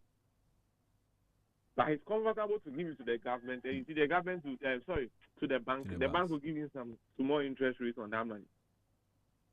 The bank lends it to me. I pay some interest rates, and so the difference between the two interest rates becomes the spread for the bank. So that is primarily why banks exist. They exist to create loans. But we know things have evolved, and banks, when you look at their balance sheet, a chunk of their income is coming from hardcore investment. So some of us have considered the study to look at interest income as against the gross loans, and then the non-interest income as against the gross loans. That will tell us where banks are taking their money to. What makes up the bulk of the income of banks? Is it from interest-bearing, we mean loans, or it is from somewhere else? And we'll see that. So the private sector is always threatened, And each we see, perhaps if you own the business, and one of the ways you are told you can grow and all of that is for you to go in for loans and what have you. And you get to the bank and then they are telling you there is no loan. But every week you see that the bank is buying T-bills. Literally, I'm sure that will feel very painful. Of course. And that is how we have successfully crowded out the private sector. So painful. All right, Ima, we'll touch on a few other things. I think our time is almost up. Maybe 2 or 3 more questions, and then we can wrap up. My next question is on monetary policy transmission. What does this auction even tell us anything about monetary policy transmission in Ghana? If yes, what does it tell us? Well, T-bills are one of the clearest transmission channels for our monetary policy. You know, but it doesn't mean what we are also seeing is fully monetary policy transmission to some extent. The low short-term yields indicate that liquidity conditions are still relatively loose or at a stable, at least stable place. But the wide spread to longer maturity suggests that inflation expectations and risk premiums are not fully aligned with short-term policy signals. In a fully effective transmission system, policy rate adjustments would compress or expand the entire yield curve evenly. Here we see segmentation. The short end responds to liquidity, while the long end reflects structural macro risk. And this implies that monetary policy is effective in managing liquidity, but I think less effective in anchoring medium-term expectations. So yes, it's partially true for this.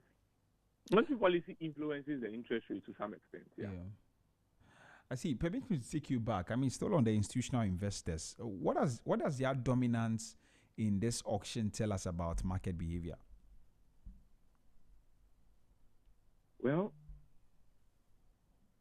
it suggests that T-bill market is functioning less as a retail savings instrument and more as a liquidity management platform for many of our financial institutions. We just spoke about the banks. And our pension funds to that. And what they are doing is that they are essentially, the marginal price setters in this market. Their behavior is driven less by the return maximization and more by regulatory compliance, more by liquidity coverage ratios and capital preservation. And you see, as we know it,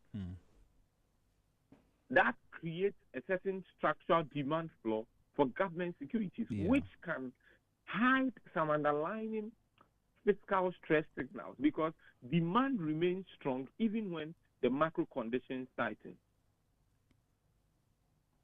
It also reduces price discovery efficiency because you see, retail participation, which would reflect broader sentiment, is way limited. So the market may be deep, but trust me, it's not well diversified. I see. Okay. Ima, still on, I think one of the things you spoke about, we spoke about it a while ago, is about the fact that government is, most of the bids are towards a short-term instrument. And I'm worried, should the government be concerned that its debt profile is becoming too short-term? Is that something they should be worried about? That is when you look at it from a debt management perspective. So if you were managing the debt of the government, that is a worry. It's a worry because essentially a shortening maturity profile increases vulnerability. And short-term debt is cheaper in some cases, but very you see expensive in some other cases because it will expose the fiscal framework to frequent refinancing cycles, which is a risk in itself. You need a well-balanced debt profile so that you are able to, as it were, balance your short-term liquidity needs with long-term stability.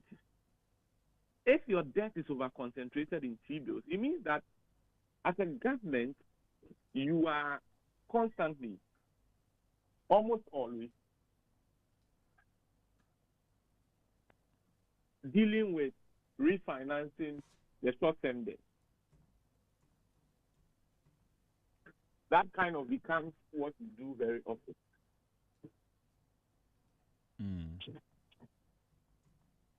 And that is where the risk is. And you also have very limited fiscal space because interest rate changes are immediately felt in your budget. You see, and the point is that when you are a debt manager, your intention usually is to extend maturities during periods of strong demand. But look at the current trend of oversubscription. It provides you some environment that would normally be an opportunity for you to be able to do that, extend your debt profiles, you see. So the concern is not the demand, it is how that demand is being used. I see. All right, my final question is, so given this particular structure, I mean, we've spoken about I'm speaking extensively about all kinds of things. Given this structure, what should policymakers be focusing on right now? What should be their focus? Rebalance the debt structure away from excessive short-term dependence. I know they won't do that anyway. Because to some extent, that is cheaper. It's the cheapest of the three. But you see, that requires improving your revenue mobilization. The reason why we are borrowing is because we don't have the money. If we can work hard to improve our revenue mobilization efforts, you get a point. We may not need to borrow at all. So that is the whole point. The second thing is to anchor inflation expectation. That's also very critical. Why would investors demand high interest rates? It is when they expect that things will not be good in the future. So you need to be able to strongly anchor their inflation expectation, because without stable inflation expectations, long-term yields will remain very high, and that will prevent effective debt restructuring. And maybe finally, credibility is key, and also it stimulates private sector credit absorption so that the banks are not overwhelmingly concentrated in government securities. That needs to be done, and you also need to build some fiscal credibility, because markets are responsive not just to numbers, but to consistency. If fiscal targets are repeatedly revised through market auction, trust me, confidence is going to weaken significantly. So the goal should not just be successful auctions, but a healthier, more balanced sovereign debt ecosystem. We need that. All right, Ima, thank you very much for your time this morning. I'm sure we'll have further conversations as we continue to monitor the treasury bill market. But I'm really grateful for your time. Is it true that you are a surplus spending unit, like you have more money now than you currently need? Who made that? He who alleges must prove. So whoever told you that must come and prove to you. The guy told me that is who you are. That's why we cited you for an example. It is fine to use me as an example, but no, like but proving that, it's a classical example. I am on what do you call it? I'm going to the IMF, so you can imagine. You are going to the IMF to borrow? Yes, to borrow, yes. Hey, I didn't know individuals could do that. So now you know. All right, Charlie, thank you very much. Enjoy the rest of your day.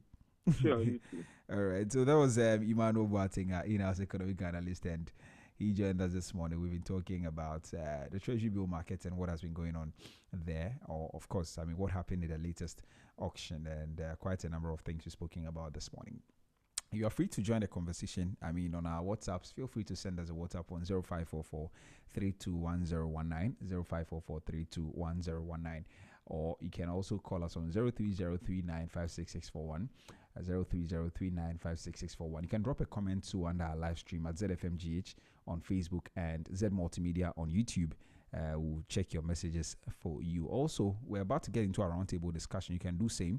But if you miss any part of the conversation we just had, you can also head to YouTube, Z Multimedia on YouTube, and you can be able to play back. So that's that. We'll take a quick music break. When we return, my guest joins me. And today, like I said, we're talking about the capital markets. It's all about money. And to enjoy money, remixed by Black Sharif. We'll be right back.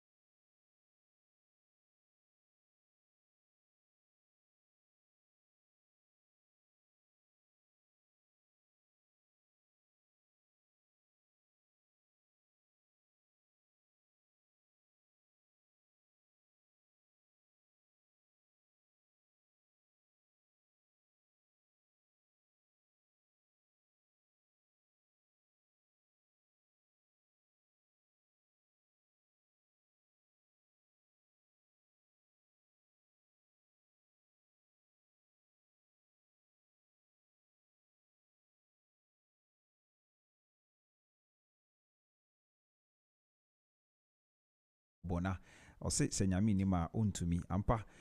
If God isn't in, we can't do it. But of course, sometimes the only thing too that is supposed to be in there is your knowledge. What do you know? What do you know? And so this morning, we're talking about capital markets. Many people have heard of capital markets. They have all kinds of understanding of it. But this is something that quietly drives economies, it shapes businesses, it creates long-term wealth. But it is often misunderstood or completely ignored. And so this morning, we want to talk about that. We want to break it down in the simplest way possible and what it is, how it works, and who it benefits. And most importantly, how ordinary people can participate and grow their wealth through it. My guest is seated. His name is Ebenezer Odum, right? Yes, he's a financial analyst. He's also a financial literacy advocate. And he joins me in studio for this conversation. Eben, good morning. Good morning. How are you doing? Yes, I'm very well. I'm very well. I trust you're good too. Yeah, I'm well by God's grace. You may have to just raise your voice a little bit. Right. Yeah. Thanks so much for coming. I know that I reached out quite late, but you just still fine, here. yes. Finally, I'm here. So right. It's good. Right. Good. Yes. Let's get into our conversation. But I saw something on your WhatsApp status. And I want us to start a conversation from there. Unfortunately, my phone is faulty, so I can't pull out the post. But I know that it was about something with regards to susu. You know, there's susu that people do. 10 people can come together and say, every week we put together 100 CDs and then we gather it and give it to one person. And then it moves like that. And all. But you said something that you were asking whether people are still doing susu in 2026. Why did you ask that? You know, it's interesting that we still have some of these things around because money by its nature loves to work, right? Money wants to be put to work to bring in more money. So if in 2026 all you are doing is putting together money and giving it to one person, and look, if there are 10 people in a group, that means that approximately 10 weeks before it gets to your turn. Now within 10 weeks, that money can fetch some good amount for you in the capital market, right? Which we'll be discussing here. And even now that for the fixed income market, yields are quite down. In 10 weeks, a 91-day treasury bill may be near maturity. And so if to commit 10 weeks of doing susu and getting nothing on it, I think that you are just keeping your money very lazy. And it's not a good thing to do, in especially in 21st century and in 2026 as well, where there are several opportunities to make your money work for you and make additional money off it. Yeah. So why do you think people still do? Well, first of all, so does it mean that susu is bad? No. I think at the core of it, it helps people to develop savings habit, right? Okay. But after doing it for once or twice, you should graduate into investing, right? So you go around 10 weeks, you get to your 10, you take the money and you spend it on something. That shouldn't be the routine. And I know people who have done it for couple of months, right? And it's not helping. I believe that given the opportunities we have available, we shouldn't be doing this kind of susu. You can do the traditional one, as in you personally setting your money aside to accumulate something, but the one that you rotate it around about your friends, it's not helpful because it also carries some sort of risk, right? What if your friend decide not to pay, or some of the people in the group they decide not to, Anna as you, Anna to others? Yes. And that reminds me, in JHS we did we did some, and the person somebody spends the money, came to tell us the money is missing and all like all of that. So that's one of the risks. Yeah, it carries some risks. So personally, during my JHS times, I equally did something like that. We were not rotating, but we saved with a friend, and then at the end of the term, we just go for the money and blow it on our day. And then our day is here, the guy is not even in school by 10. You're worried. And then we show up in his house, and the guy cannot explain to us. So it carries some sort of risk. And sometimes people shy away from the traditional system that are in place, as in the formal architecture, which is regulated, and they think that there is risk, and for that matter, they can't do, and they move into this susu with friends. and they think that they are taking no risk with that, but they're actually taking a lot of risk. So a lot of risk, substantial one, even as compared to some of the options we have in the investment space. Yes. All right. So if you're listening to us and maybe you are planning to get into Susu, Aben is not saying don't go into it, but once you get your money, make sure that you pull back and go and do some investment somewhere. So that you can rope in some capital. But some good money. Let's come to the capital market. This is something that a lot of people think is very technical. We hear a lot of terms in there, stocks, bonds, and all of these things, and then people begin to worry. But what I know is that even as a student, whoever you are, you can get in there. Exactly. Let's start from here. What exactly, when we say capital market, what are we talking about? Right. So 2 words put together, capital and then market. Right. So market, I think we are very much familiar with it, and capital is basically a resource.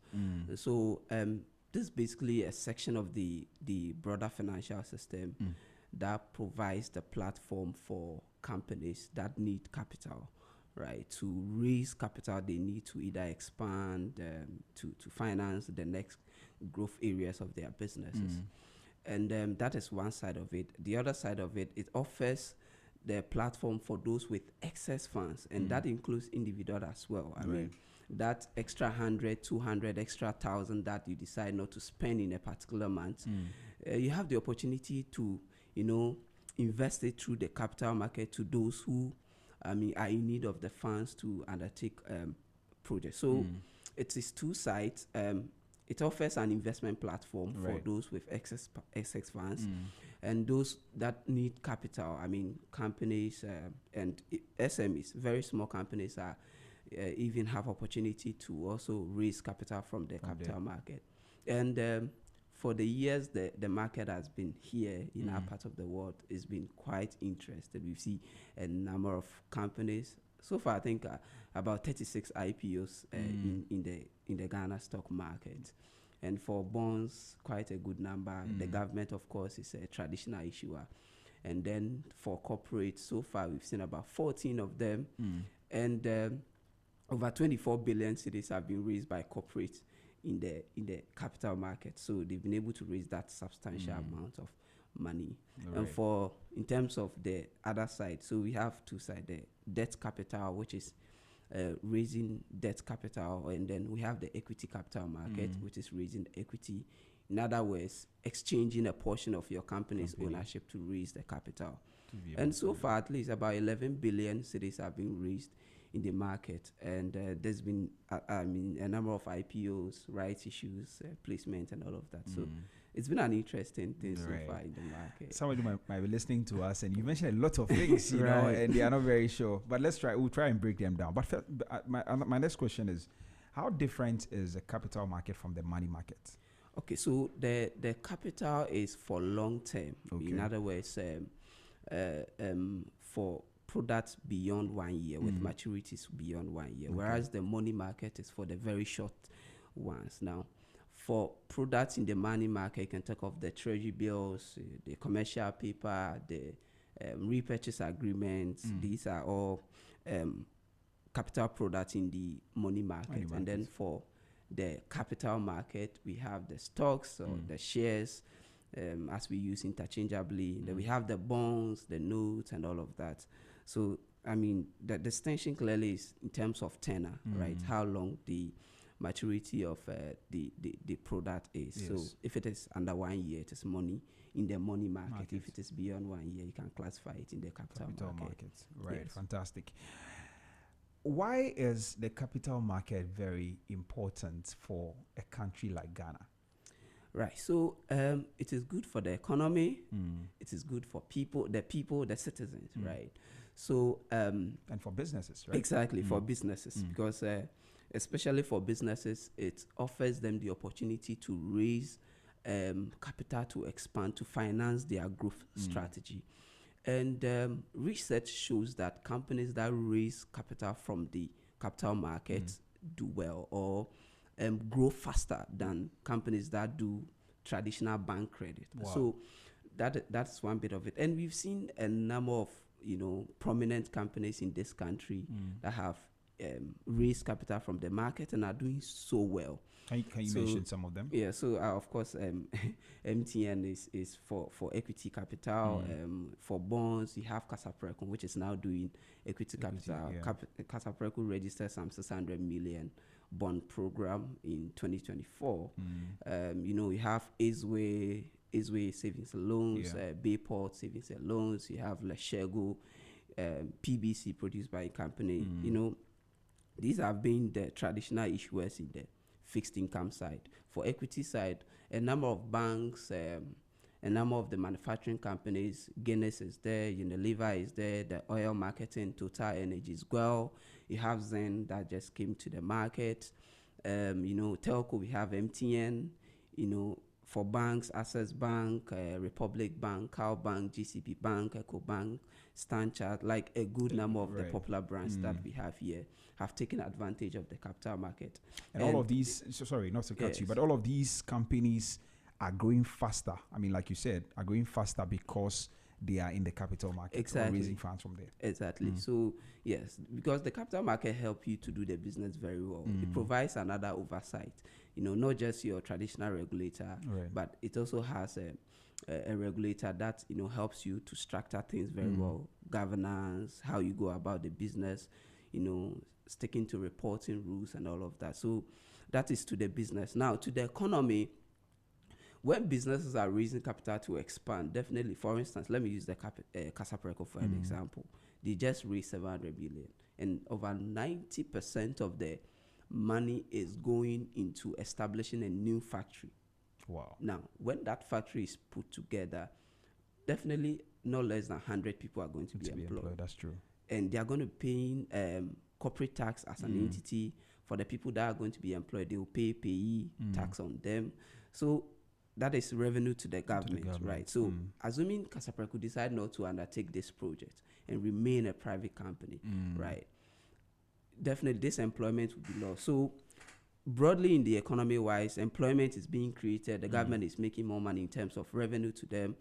So, and also it offers an investment opportunity to individuals, individuals and then entities that have surplus funds. So as I mentioned earlier, your 100, your 200, your 1,000 that you decide not to consume now, the capital market offers you the opportunity to participate in some of these offerings to be able to make substantial money. And let me put it on record that January to date, investors' capital have appreciated by over 96 billion cedis in the stock market alone.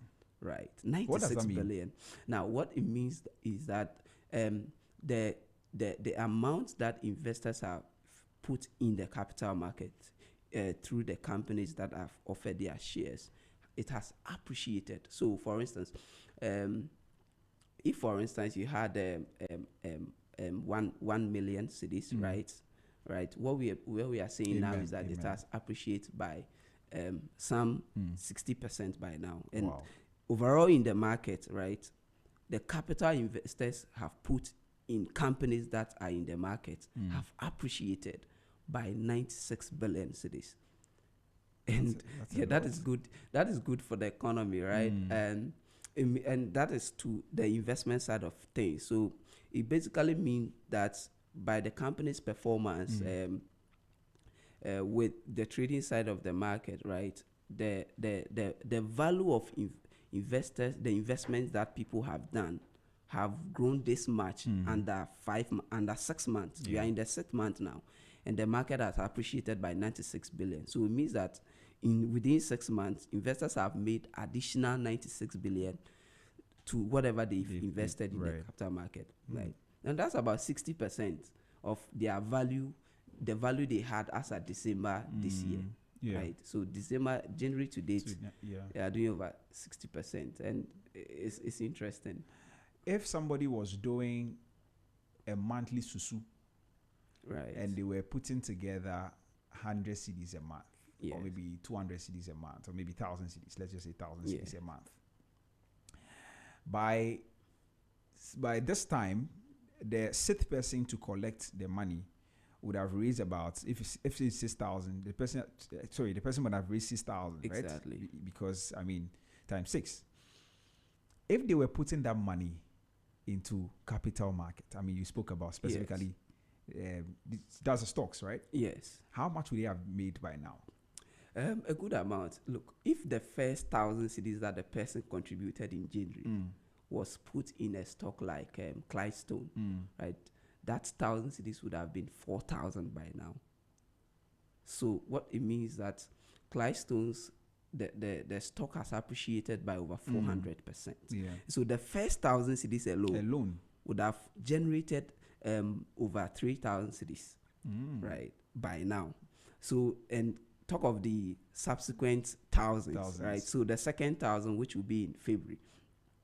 That's to, I believe, so far we have over 30 of the 40 to 43 companies in the market reporting positive returns or doing positive returns. So it means that averagely, if the person, the February contribution would have done, I believe, not less than at least some 25-30%, right? Because you have over 10 companies doing more than 100% for you.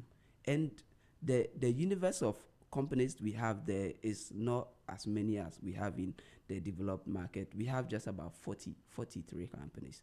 And so of these 10 of them, which is nearly 25% of the listing universe, are doing more than 100% under 6 months.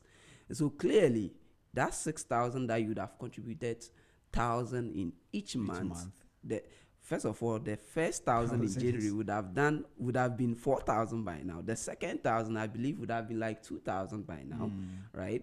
The third 1,000, I believe, depend on the companies that you choose to invest in. But all in all, I think that every investor in the stock market, especially if they have invested in one or two and more than one in companies, they are doing no less than 20% by now, right? Yeah, and some are already doing 400%, 200%, 300%, and that is interesting. That's like the market is enjoying.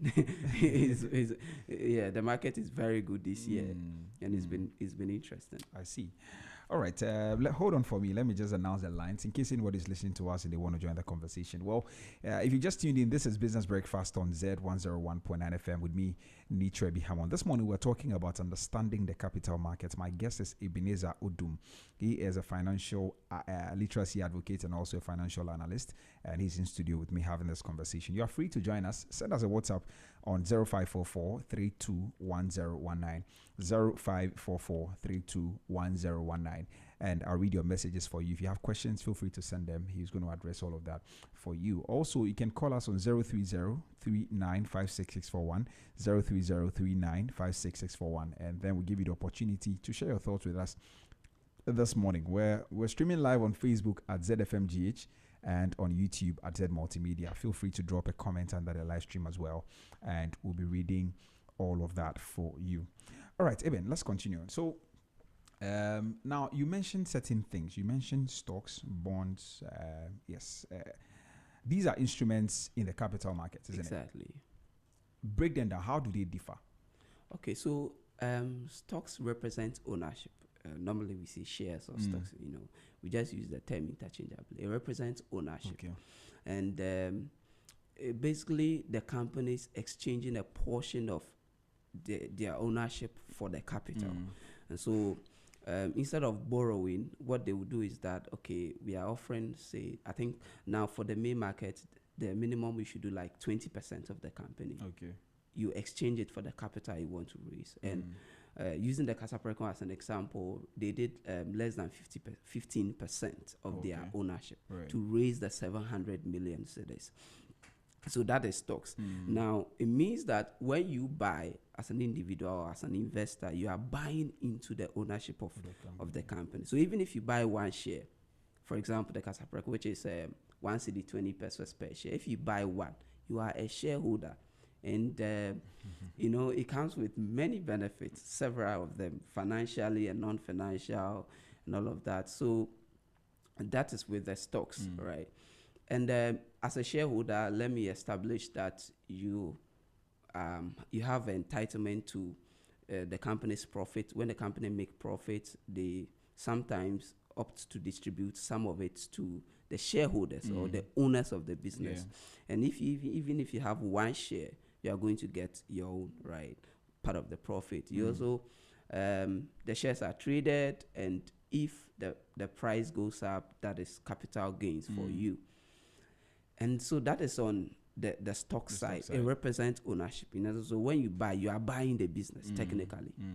And then the bonds is so basically we can have individuals who own parts of companies in this country. Exactly. Right. Exactly. And thousands of Ghanaians own parts of the company. And the companies that I mentioned that are on the markets, they are available to us individuals to also buy them. And I always say the companies that we use their product and we contribute to their growth, we help them establish here, they are available to us to also invest and become shareholders. Right?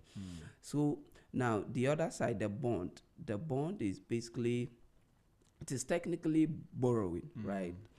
But the professional name is the bond. So it's technically borrowing. Now this one, when you buy, you're basically lending to the company, right?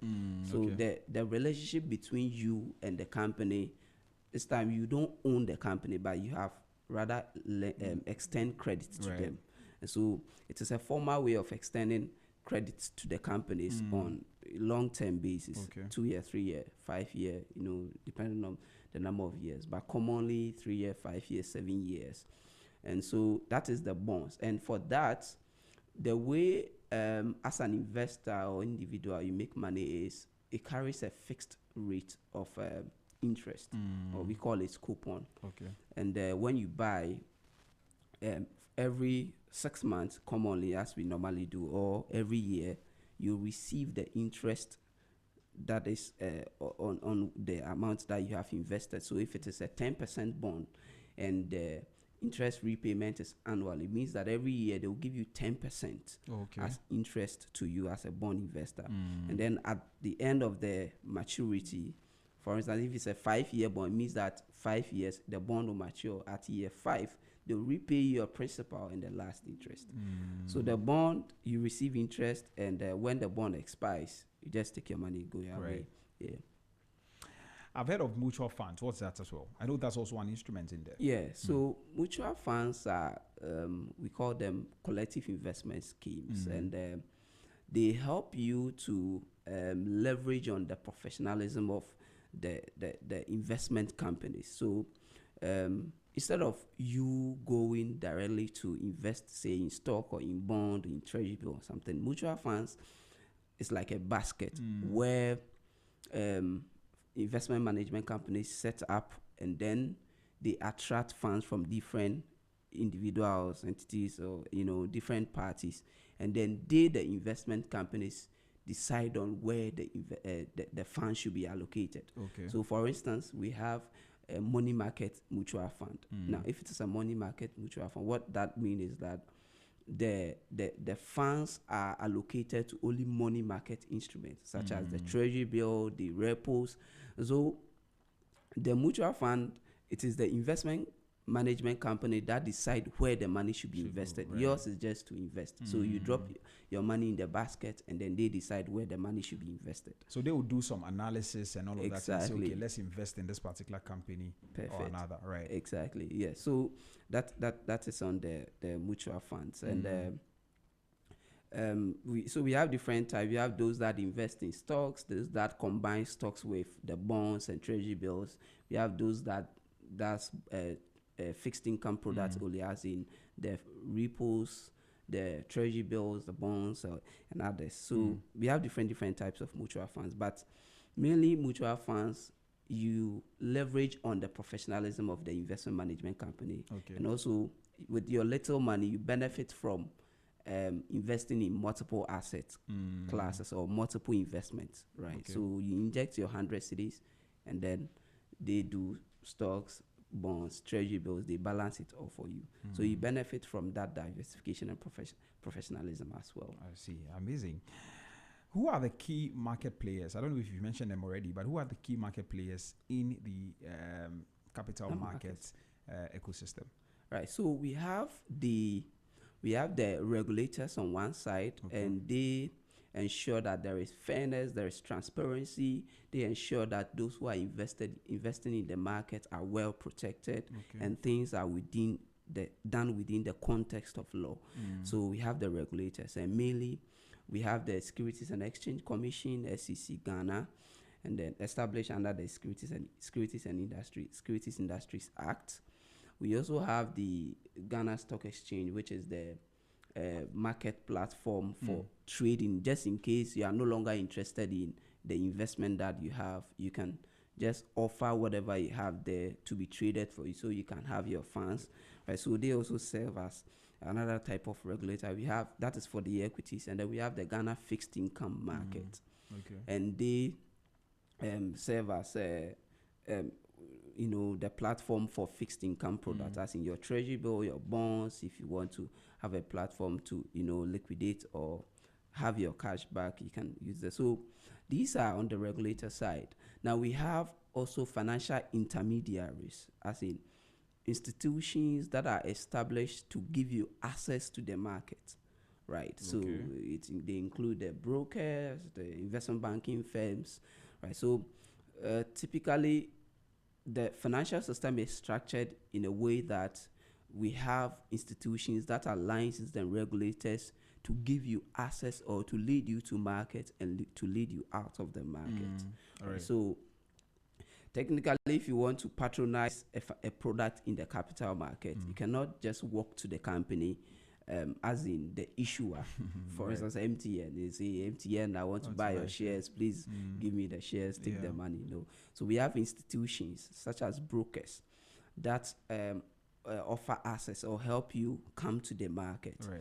So those are another category of players in the market. And then we have the investment community, and it includes the individuals, the retail investments group, and then we have the institutions. Of course, the pension funds are also investors in the capital market, the insurance companies, corporate treasuries, a couple of them are all investors. So the regulators on one side, the financial intermediaries and institutions that help you get to the market on one side, and then we have the investor populace to so the intermediary intermediates between those who need the funds and those who have the funds. Right. And then the regulators oversee the activities, and then the individuals, take advantage of the opportunities to allocate their surplus funds. Fantastic. Right. Okay, so let's talk about our capital market here in this country a bit. How developed are we compared to other African countries? Well, so we are still developing, right? The fixed income market, for instance, is in its 11th year, but the stock market itself, as in the equities market, has been there, I think, since 1993. We are still developing, and corporates, for instance, are still here to fully maximize the opportunities that the capital markets offer.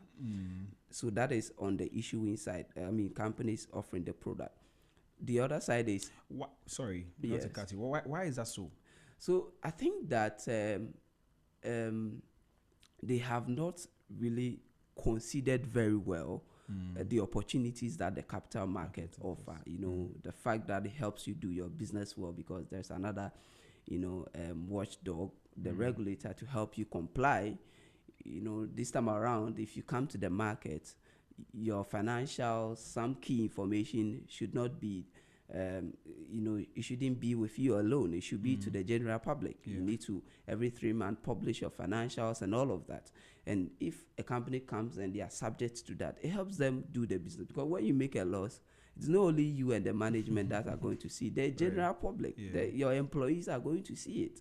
You understand? So I think they have not fully considered, and they have heavily relied on bank credit to finance their growth and their operations. But the capital market offers that opportunity that I think if they should reconsider. In recent years, we are seeing that at least the sentiment is picking up. We are seeing companies consider, the investment banking entities are reaching out to them. They are trying to market the opportunity that the capital market offer very well to them, to help them understand and know the opportunity it comes with in trying to raise capital from the capital market. So that is on it, but I believe we'll get there. It's still developing. Very soon, I'm sure month on month we'll be announcing new companies raising capital through the capital market, issuing bonds, offering their shares and all of that. We want to see that happen, right? This year alone, I think we've seen Zen. Yes. We've also seen First Atlantic. Is it? First was late last year. Late last year, okay. Yes. And then some other ones. Casapreco also, right? Yes. So that it means that they are picking up slowly. Yes. Okay. So which markets in Africa are doing very, very well? I mean, more than Ghana. So you can compare the market in terms of size, right? In terms of how the market is able to reward investors, as in how the companies in the market are able to generate profits, pay out a portion of the profits, and how the market is growing over time. Now, the market we have here, I think in the past few years has been adjudged one of the best capital markets in the region, right? Of course, the Nigerian market, the Francophone market, BVRM, is also doing well. The SA market, South African market, has developed quite well. Nigeria is also has also developed quite well compared to ours. Right. They have more companies. Of course, it's like 5 times Ghana, so it's understandable. They have more companies. The companies are aggressive on listing and all of that. And so these, in terms of issuers and all of it, we see that they have the numbers than the Ghanaian market. But in terms of the companies in the market, the performance of the companies, our market does very well.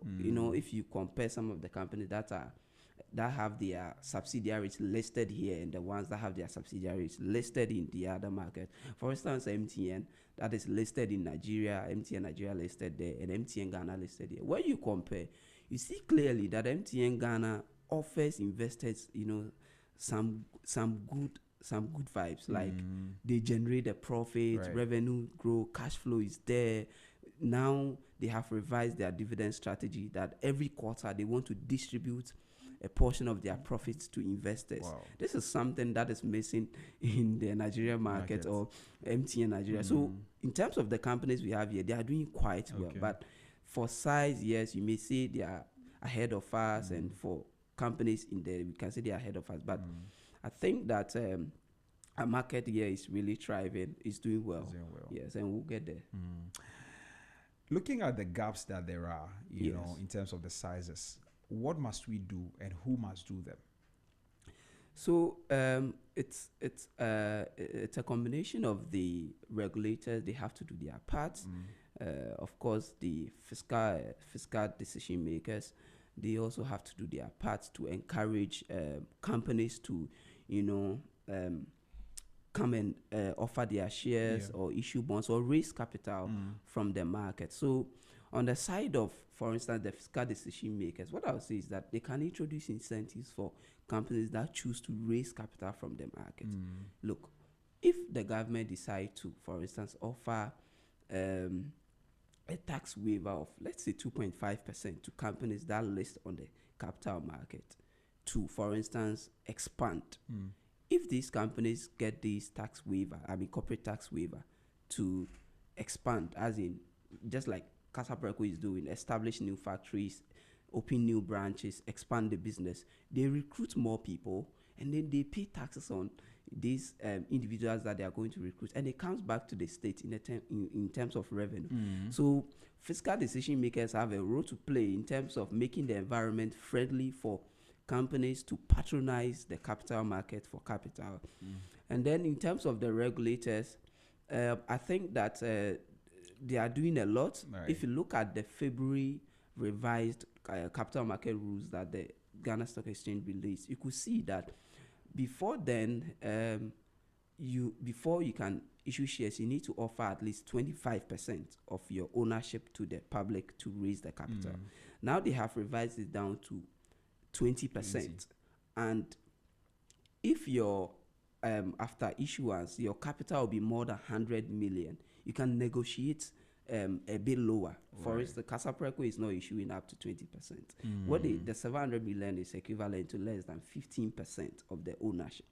And so that is clearly below the set 20%. And it means they're able to do that because they are stated capital after the issuance is more than 100 million. So all of these things, the issuer is, as in the regulator is doing to help companies come to the market.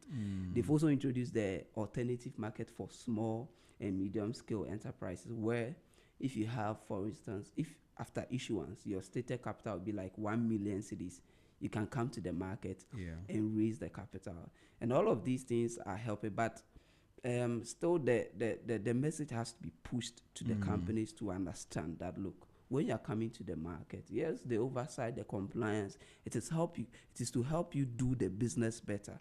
It is help you to excel, right? And not to, cap you or something. So, the regulators have a role to play. The fiscal decision makers, as in the government, they also have a role to play. They can introduce incentives to drive companies to come to the capital market. And I think capital gains tax has been suspended for some time now, as in if you buy shares and then the price goes up and you sell, ideally there should be a tax on it, on the profits that you make. But that has been suspended for the capital market now. And so all of these things is helping to create them. But people are not taking, companies are not taking advantage of it. So I believe they are doing a lot, but we still have to push to get the companies to come to the market. And the investing side, finally, we need to encourage individuals to invest. Ghanaians, right? Look, 5 years, before 2018, when MTN makes profit, all of it, if they decide to distribute less than 90% of the profit, all of it will be repatriated. As in, if the parent company decide not to keep the money here to invest, all of it will be repatriated. And it puts pressure on the local currency, because they will not repatriate cedis, they will repatriate foreign currency, as in dollars or other currencies.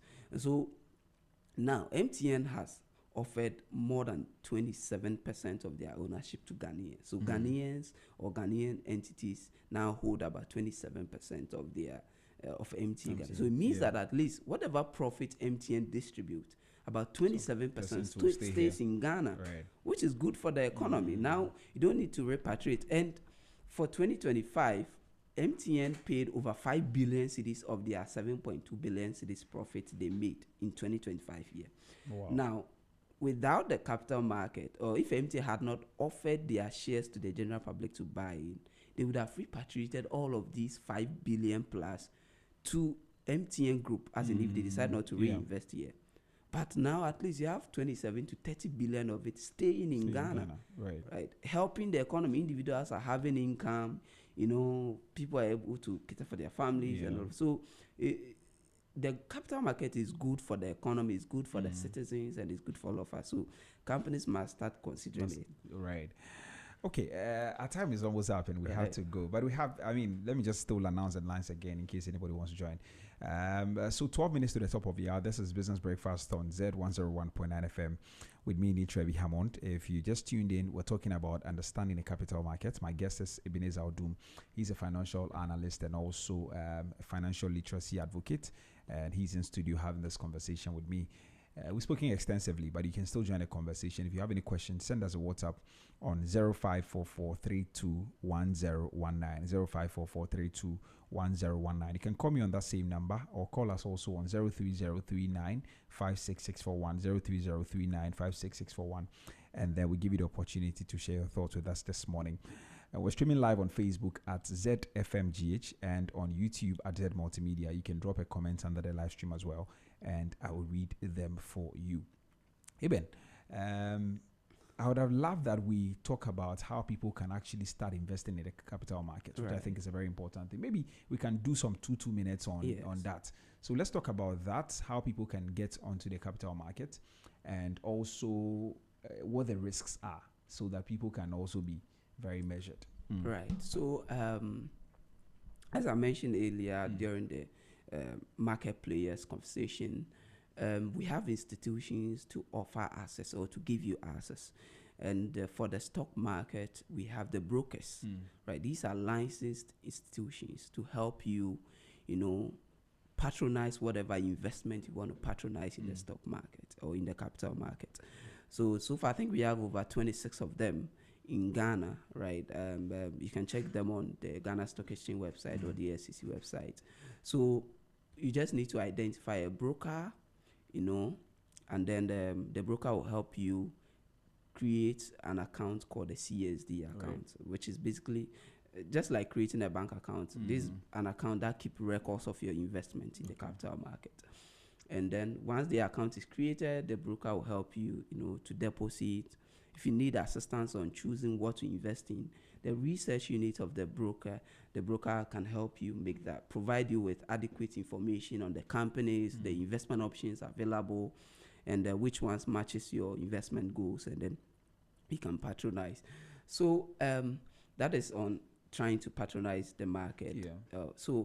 On the risk side, when you, for example, let me start with the stock. When you buy the stock now, I've talked about the benefit. The risk is that if, for instance, there is another underperformance, the company's stock price may decline.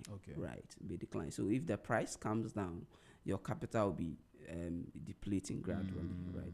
So that is on the risk side. As in, if the price of the stock or if the value of the company comes down, a portion of your capital just goes away.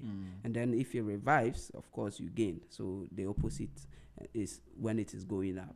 So that is it. And the up and down, right? When it is coming down, you losing money. So that is on the risk side. But let me establish that historically and most recently, our market has always outperformed most other markets we have here. And year to date, we're already doing 60% plus. That is quite interesting. And you have every year, at least 5 companies will cross 50%. And this is out of 42 companies, 42 companies. So it tells us that you always, within a specific financial year, you can have some 2 to 5 to 10 companies that will give you some good returns, right? And the performance of your investment is tied to the performance of the company. All things being equal, when the company is doing well, you see, the market responding by offering high price for the company's stock, and the opposite is true. So that is on the risk side. In terms of bonds and other fixed income, if you are holding to maturity, of course your coupons will be coming, unless it is a floating, as in the interest rate is not fixed. But if it is fixed, you get the same interest. And the other thing is, if you decide to, for instance, cash out before maturity, that is on the fixed income side. That is where depending on the market conditions and the mark-to-market rule, you may either have to sell at a discount or a premium, right? So that is on the risk side. For the stocks, maybe a portion of your capital may go away, but historically it has just been positive. And then for the fixed income, if you decide to hold to maturity, I think that so far companies that have issued majority of them, a significant portion of them have honored obligations to investors, and the companies strive to do that. For stock, they really strive. They go hard to really make the profit and pay the dividend to you. So yes, there is the risk, but the positives has been more. Yes. Okay, so what does the future of our capital market in this country look like? Look, it is great. It is very great. Look, the next billionaires, right, will come from the capital market. Those who invest in the capital market right now, because it is now that the market is getting interesting. Right, it is now that the market is getting interesting. 3 years ago, 1,000 cedis in the market 3 years ago may now be more than 10,000 cedis. Right, so that tells you the tenacity of the market that we have here. And the companies are now we can see that competition is increasing. Like the banks, everybody is striving to put in the profit for you, because now the options are expanding, right? If a bank A is not doing well, someone will move to a bank B and all of that. So the companies that are available for investors are, expanding. So now there's a competition to pay dividend, to distribute something to investors. So the future looks great. Regulators, financial intermediaries, investment banks, we are pushing so hard to have more companies come to the market to offer their shares, to raise bonds. In terms of individual investment, we see that it is picking up. At least so far in a day, the market is trading like 33 million cedis, which is quite interesting. Yeah, so it looks great. People have to start considering now, buy the stocks for your children. If you are looking for something good for your children, consider stocks for them, right? Consider stocks for them, and trust me, the next generation of billionaires, most of them will definitely be those who have considered the capital market and allocated some funds there. Yes. All right, so I'm sure you're one of the next billionaires. Yes, I mean, it is very possible. Very possible. All right, Charlie. So maybe your final words, and I'd want to turn that into a question. I mean, if there's somebody listening to us now, a young person or somebody who is, just trying to put a few things together and create some long-term wealth, what would be your message to the person? So let me say that money likes to work. Don't keep your money idle and lazy. Money likes to work.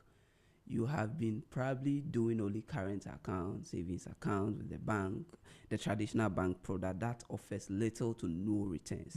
That is technically you keeping your money idle and lazy. Your money can work and work even harder than you as an individual. I mean, you can only work 8 to 12 hours a day, but your money can work, tirelessly.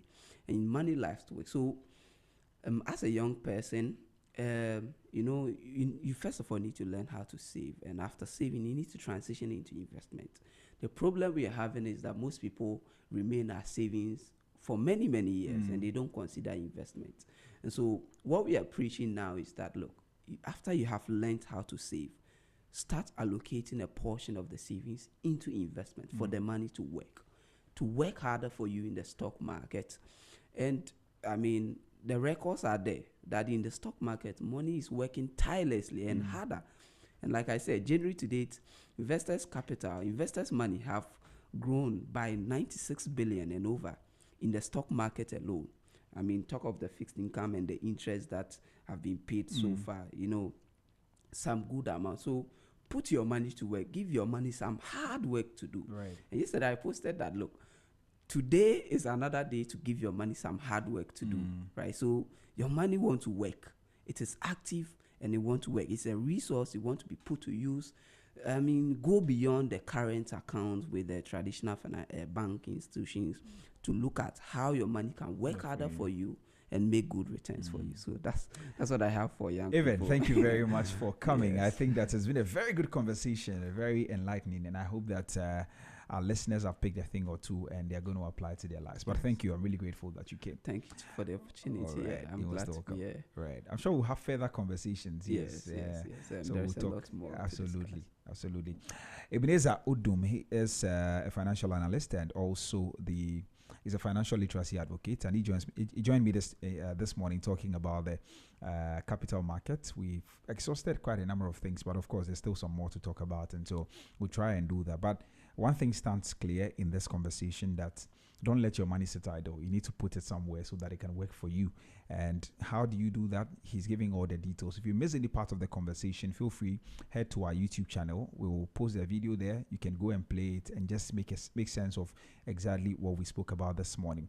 But that will be all for today. We'll wrap up right about now. And thanks so much to Ebenezer once again for coming. And thanks to you too for listening to us right from 6:15 till now. We're really grateful.